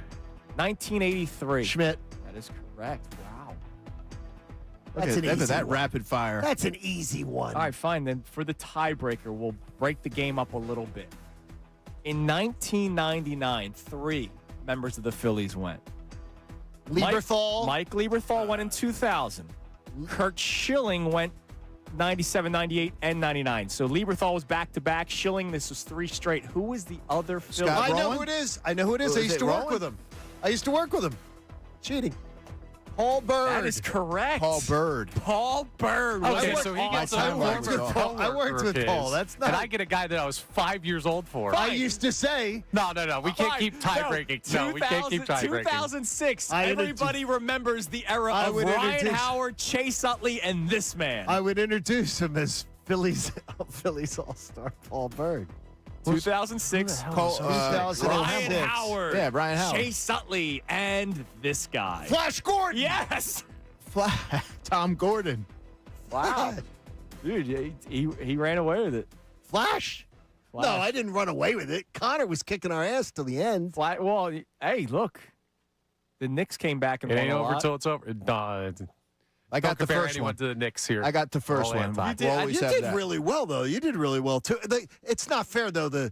I caught up when you guys did the stuff from when you guys weren't born. 1944, the lone representative for the Phillies was that Ken Raffensperger. No idea. Wasn't he on Cheers? He's a rascal. Wasn't I he don't on know. Cheers? I thought he was. That was John Cliff Clavin. Raffensperger. Cliff All right, Clavin. here, this is for 10 points. 10 points. Who went to the 1945 All-Star game? No idea. Yeah. No idea. Beats me. Dwight D. Eisenhower. No idea. I don't know. Wow. Nobody due to World War II travel restrictions. Wow, look at that. Same as 2020. Didn't have a game. Know your history, yeah. Stupid. All right, what do we have on the Get me day? started on Give me that. a debate day topic that came in on the text line. All right, I think we're all on the same side on this one, but this texter, I want to get their name here real quick. Ken from Robbinsville says Android or iPhone? Oh my gosh. iPhone. Come on. You're a communist if you're an Android. Stop. Stop. Yes. You ruined I hate that I have to do that. everybody's group text. Exactly. I hate that I have to It do doesn't that. work. It's Like, you are a terrible. commie if you use an Android. I'm not going to go that far, but I am partial going to the that far. iPhone. I've had one since 2003 Oh my or God. something. Ricky Bo used to be the. Ricky I know, Bo and used then, to he, be and then he on. finally Hold on, became he finally a did true it. American. He finally, where at least he knows he's free. Damn right, man. Better be careful. that We're going to was- clip you saying that he was was the the- had-to-go guy. No, I never said that. He deserved All it. right, go on. Oh man, All right, what that's else good. we got? I That had was one. an easy one. I had one that I said from the bar. Oh, yeah, what do we got? And we brought it up earlier. Not to you two though. Is gentlemen, give me a today's era who will be an ageless beauty. A woman that will be an ageless beauty from today's era. Jessica Biel. Yeah, you're talking like Jane Seymour from Yes, back in the like Jane Seymour back in the day, but from today's era. Hassie Harrison from Dangerous Well, Animals by the way, and she's Yellowstone. beautiful. You're saying what I up. thought I said Jessica Alba. Jessica, like we both said Jessica's. Yeah, Jessica Biel. Jessica Biel, Jessica Alba, Christy Salciunas. Zalika Silver, but that's you'd have to Google, and I would suggest that you do. Are we going with people who have already aged? No, but like I mean, she can be a woman today that is going to be beautiful when she's 60, 70. I think like Zendaya probably will always. Zendaya. Zendaya. Zendaya. I don't know. Zendaya. Zendaya. VAR. Everybody calls it VAR. Like, come on. I get like, it. VAR. Like, you're You've getting never us said about anything VAR, wrong. and you don't even know Zendaya. You guys have never mispronounced the name of Have your you damn ever lives. heard what VAR is? No. Yeah, exactly. Everybody knows what Everybody VAR VAR. is. You guys are the only people in America that don't know what VAR VAR, is. video, what is it? Video and replay? Video, I think it's video assist referee or something. Yeah. Yeah, VAR. I never heard of that. Everybody That who sounds watches made the up. World Cup knows VAR. I would go, yeah, everybody that watches the one sport they pretend to care about every 4 years. You yeah, guys now got they crushed now on they're Everybody with a experts. man bun knows VAR. Everybody without one doesn't. I've never heard VAR. No, it's exactly. I know. Connor was It giving us sounds grief. like- He didn't even know Zendaya. What was their show on the Disney Channel, Connor? Wizards of Waverly something or other. I don't know. Shake It Up. That was Selena Gomez. Shake It wasn't Up. it? I didn't yes, watch that was Disney Selena Channel. Gomez. Very good. I was watching SpongeBob on Nickelodeon. Hillary Duff. Oh, dude. She's beautiful. You are. That's. She's All beautiful. know her. Yes. Yes. Yeah. Yes. Yes. Yes, beautiful woman. Big fan. She'll be beautiful probably when she's 60. Yeah, that's the whole Yes, point. Yeah. that's the point of the ageless beauty. That's the point of the conversation. Big fan. Zalika. Big fan. It's good work by you. All right, coming up next, the mustard trial that took place yesterday on It was Unfiltered. awesome. I'm glad that we called him out, and I'm glad that you called him out on Friday too. It needed to be done. This can't continue. We'll get to the bottom of it next year on the Fanatic. All right, folks, the FIFA World Cup is entering its biggest matches, and there's no better place to be than Kalshi, America's #1 prediction market platform. Now, I know what you're thinking. Team USA's out. I don't know any of the other teams all that well. How in the world do I do this? Let me show you how easy it is. I'm on my phone's home screen right now. I just go right over to the Kalshi app, and I go to the World Cup trade. And then what you have is the matches right there for you. So I can see that France is trading at a 77% chance to beat Morocco today. Tap on that, throw the $100 in, and I can see, $100 if France wins, I'm getting $126 right back. The best part, you don't have to wait for the game to be over. On Kalshi, you're trading against peers in a live market, meaning there's no house. And as the probability changes, you can buy in and out of your position. For a limited time, download the Kalshi app and make sure you use code FANATIC to get $10 when you trade 10. Kalshi. Kalshi. Trade the beautiful game. 18 plus only. Restrictions and eligibility requirements apply. Event contract trading involves risk and may not be suitable for all investors. Prices, values, and available markets may differ from those mentioned. For more information, see kalshi.com/regular.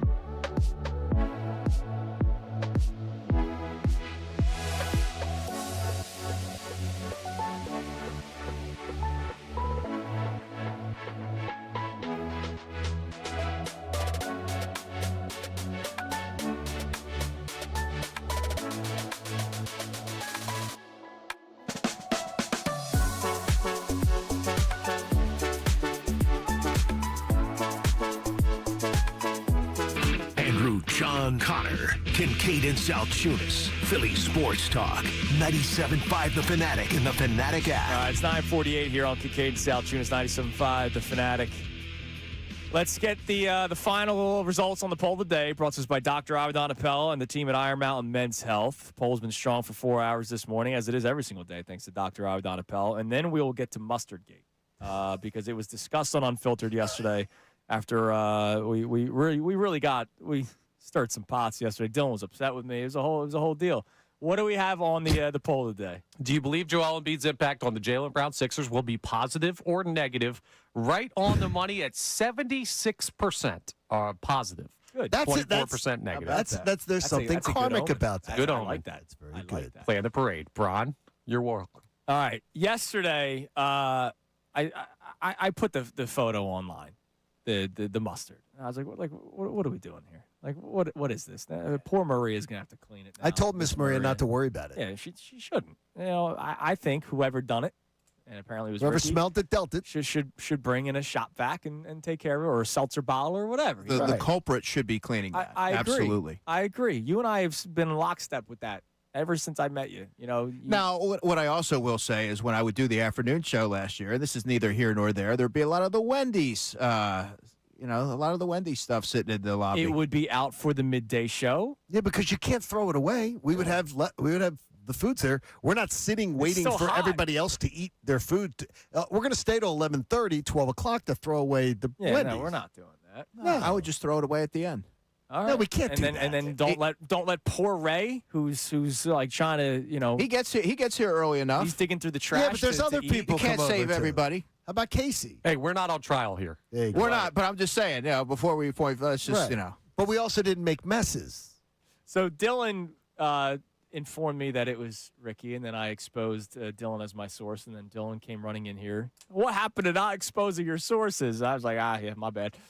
So, of course, it led to the afternoon show yesterday. So here was the D train as they did a trial of Ricky Bowe yesterday. Here was Dylan talking about what he experienced, because in this case, he was what I believe the victim. I forget what it was. It was last week. Yes. Might have been Thursday.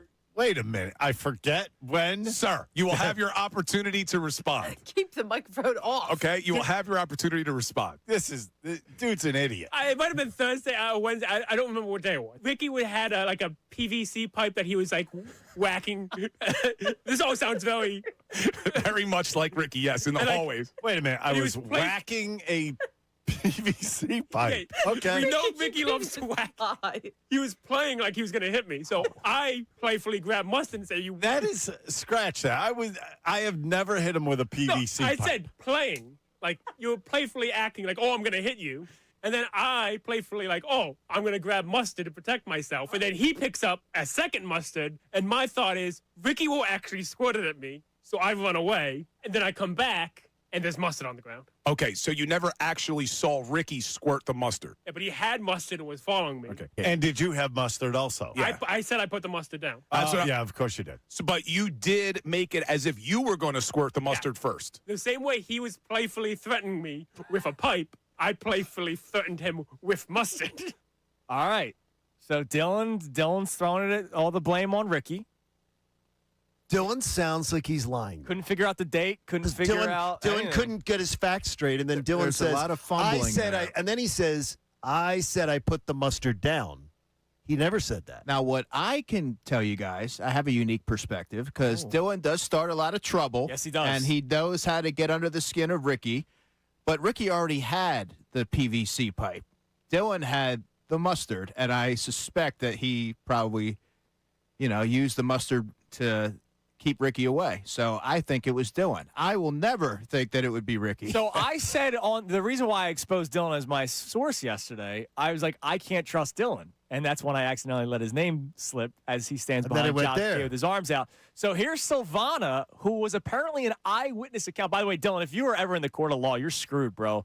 You could be 100% innocent. I'm telling you, be innocent, but you 100% sound innocent, guilty. He and sounded guilty. You're in jail for life. He contradicted himself 3 times. The lights got a in his little too testimony. bright. Here was Silvana, eyewitness account. I remember Ricky and Dylan, doing their little playful banter. Ricky's got the pipe or whatever, and I saw Dylan grab something which was mustard, yellow mustard. Yeah, I didn't know what it was for sure. I knew it was some type of condiment because I was behind the angle, so I couldn't quite see. And I saw Ricky grab the mustard, and I knew that Dylan ran away outside of the suite door, which is where the mustard stains are. But Dylan didn't have anything in his hands, and then when That's not true. and Ricky squirted it, and I remember saying, "Ricky, now you're gonna have to clean that up." And he never I cleaned said it it up. wasn't me. Dylan shot. Wait, hold on. So you did actually see Ricky squirt the mustard? Yes, Dylan ran away. He had nothing in his hands. Well, that's not true. That contradicts Dylan's testimony. That contradicts Dylan's testimony that he did have something in his hands, that he had mustard in his hands. So I'm thinking my former student, 99 herself, Savannah Kelleher, I'm beginning to think Ricky was set up. He was set up. Ricky is innocent. Because that just contradicted the testimony of Dylan. Well, Dylan said he set down the mustard. No, he didn't say that. In his initial testimony, he said he had mustard in his hand. Then he said I put the mustard down, which he didn't. He's ready to break open the door. And Silvana did not see it. This is just very contradictory. I said I put the mustard down and ran away. Not in your initial testimony, No, I you did. In your second testimony, I said you did. exactly that. I don't know. I don't know. I think Ricky may be getting set up here. You know what? All-Star Week, here's what I'm thinking. Dylan and Silvana may be trying to capitalize, with it being All-Star Week, on Ricky's name by going viral and building up their social media profiles on this scandal, knowing that Ricky will be the center of attention in Philadelphia next week on the 30-year anniversary of him being in the All-Star game. I think this needs to go to Supreme Court. I'm thinking I think Dylan and Silvana may be trying to pump up their profile a little bit as the victims of a crime from 30 years ago. And I'm telling you, Lundy Law could get involved. I want Lundy Law in on this. I might not be the right person for this, but I'll always say that Ricky is innocent. That's my guy. That's my guy. That's your guy. And I've seen Dylan, the agitator, find different ways to get under Ricky's he's skin. a pot stir. He's good at it. Yeah, that's one way to put it. Yeah, that's one word for it. Hey, how do you think he and I are the longest tenured employees at the There you Fanatic? go. You're sullying the reputation of the witness, and I will not have it. Dylan, I'm happy to represent you. There I we think go. you're an innocent man. I think Andrew- Connor would be a good lawyer. Yes, He would have been. Andrew, you're a good man. Thank Not you a good so much for coming pronunciation, in. but good lawyer. Yeah, it's all right. Enjoy your bar later. Zenda would say that. Everybody have a Great to be with you guys. Talk Later, tomorrow. guys. See ya. Now,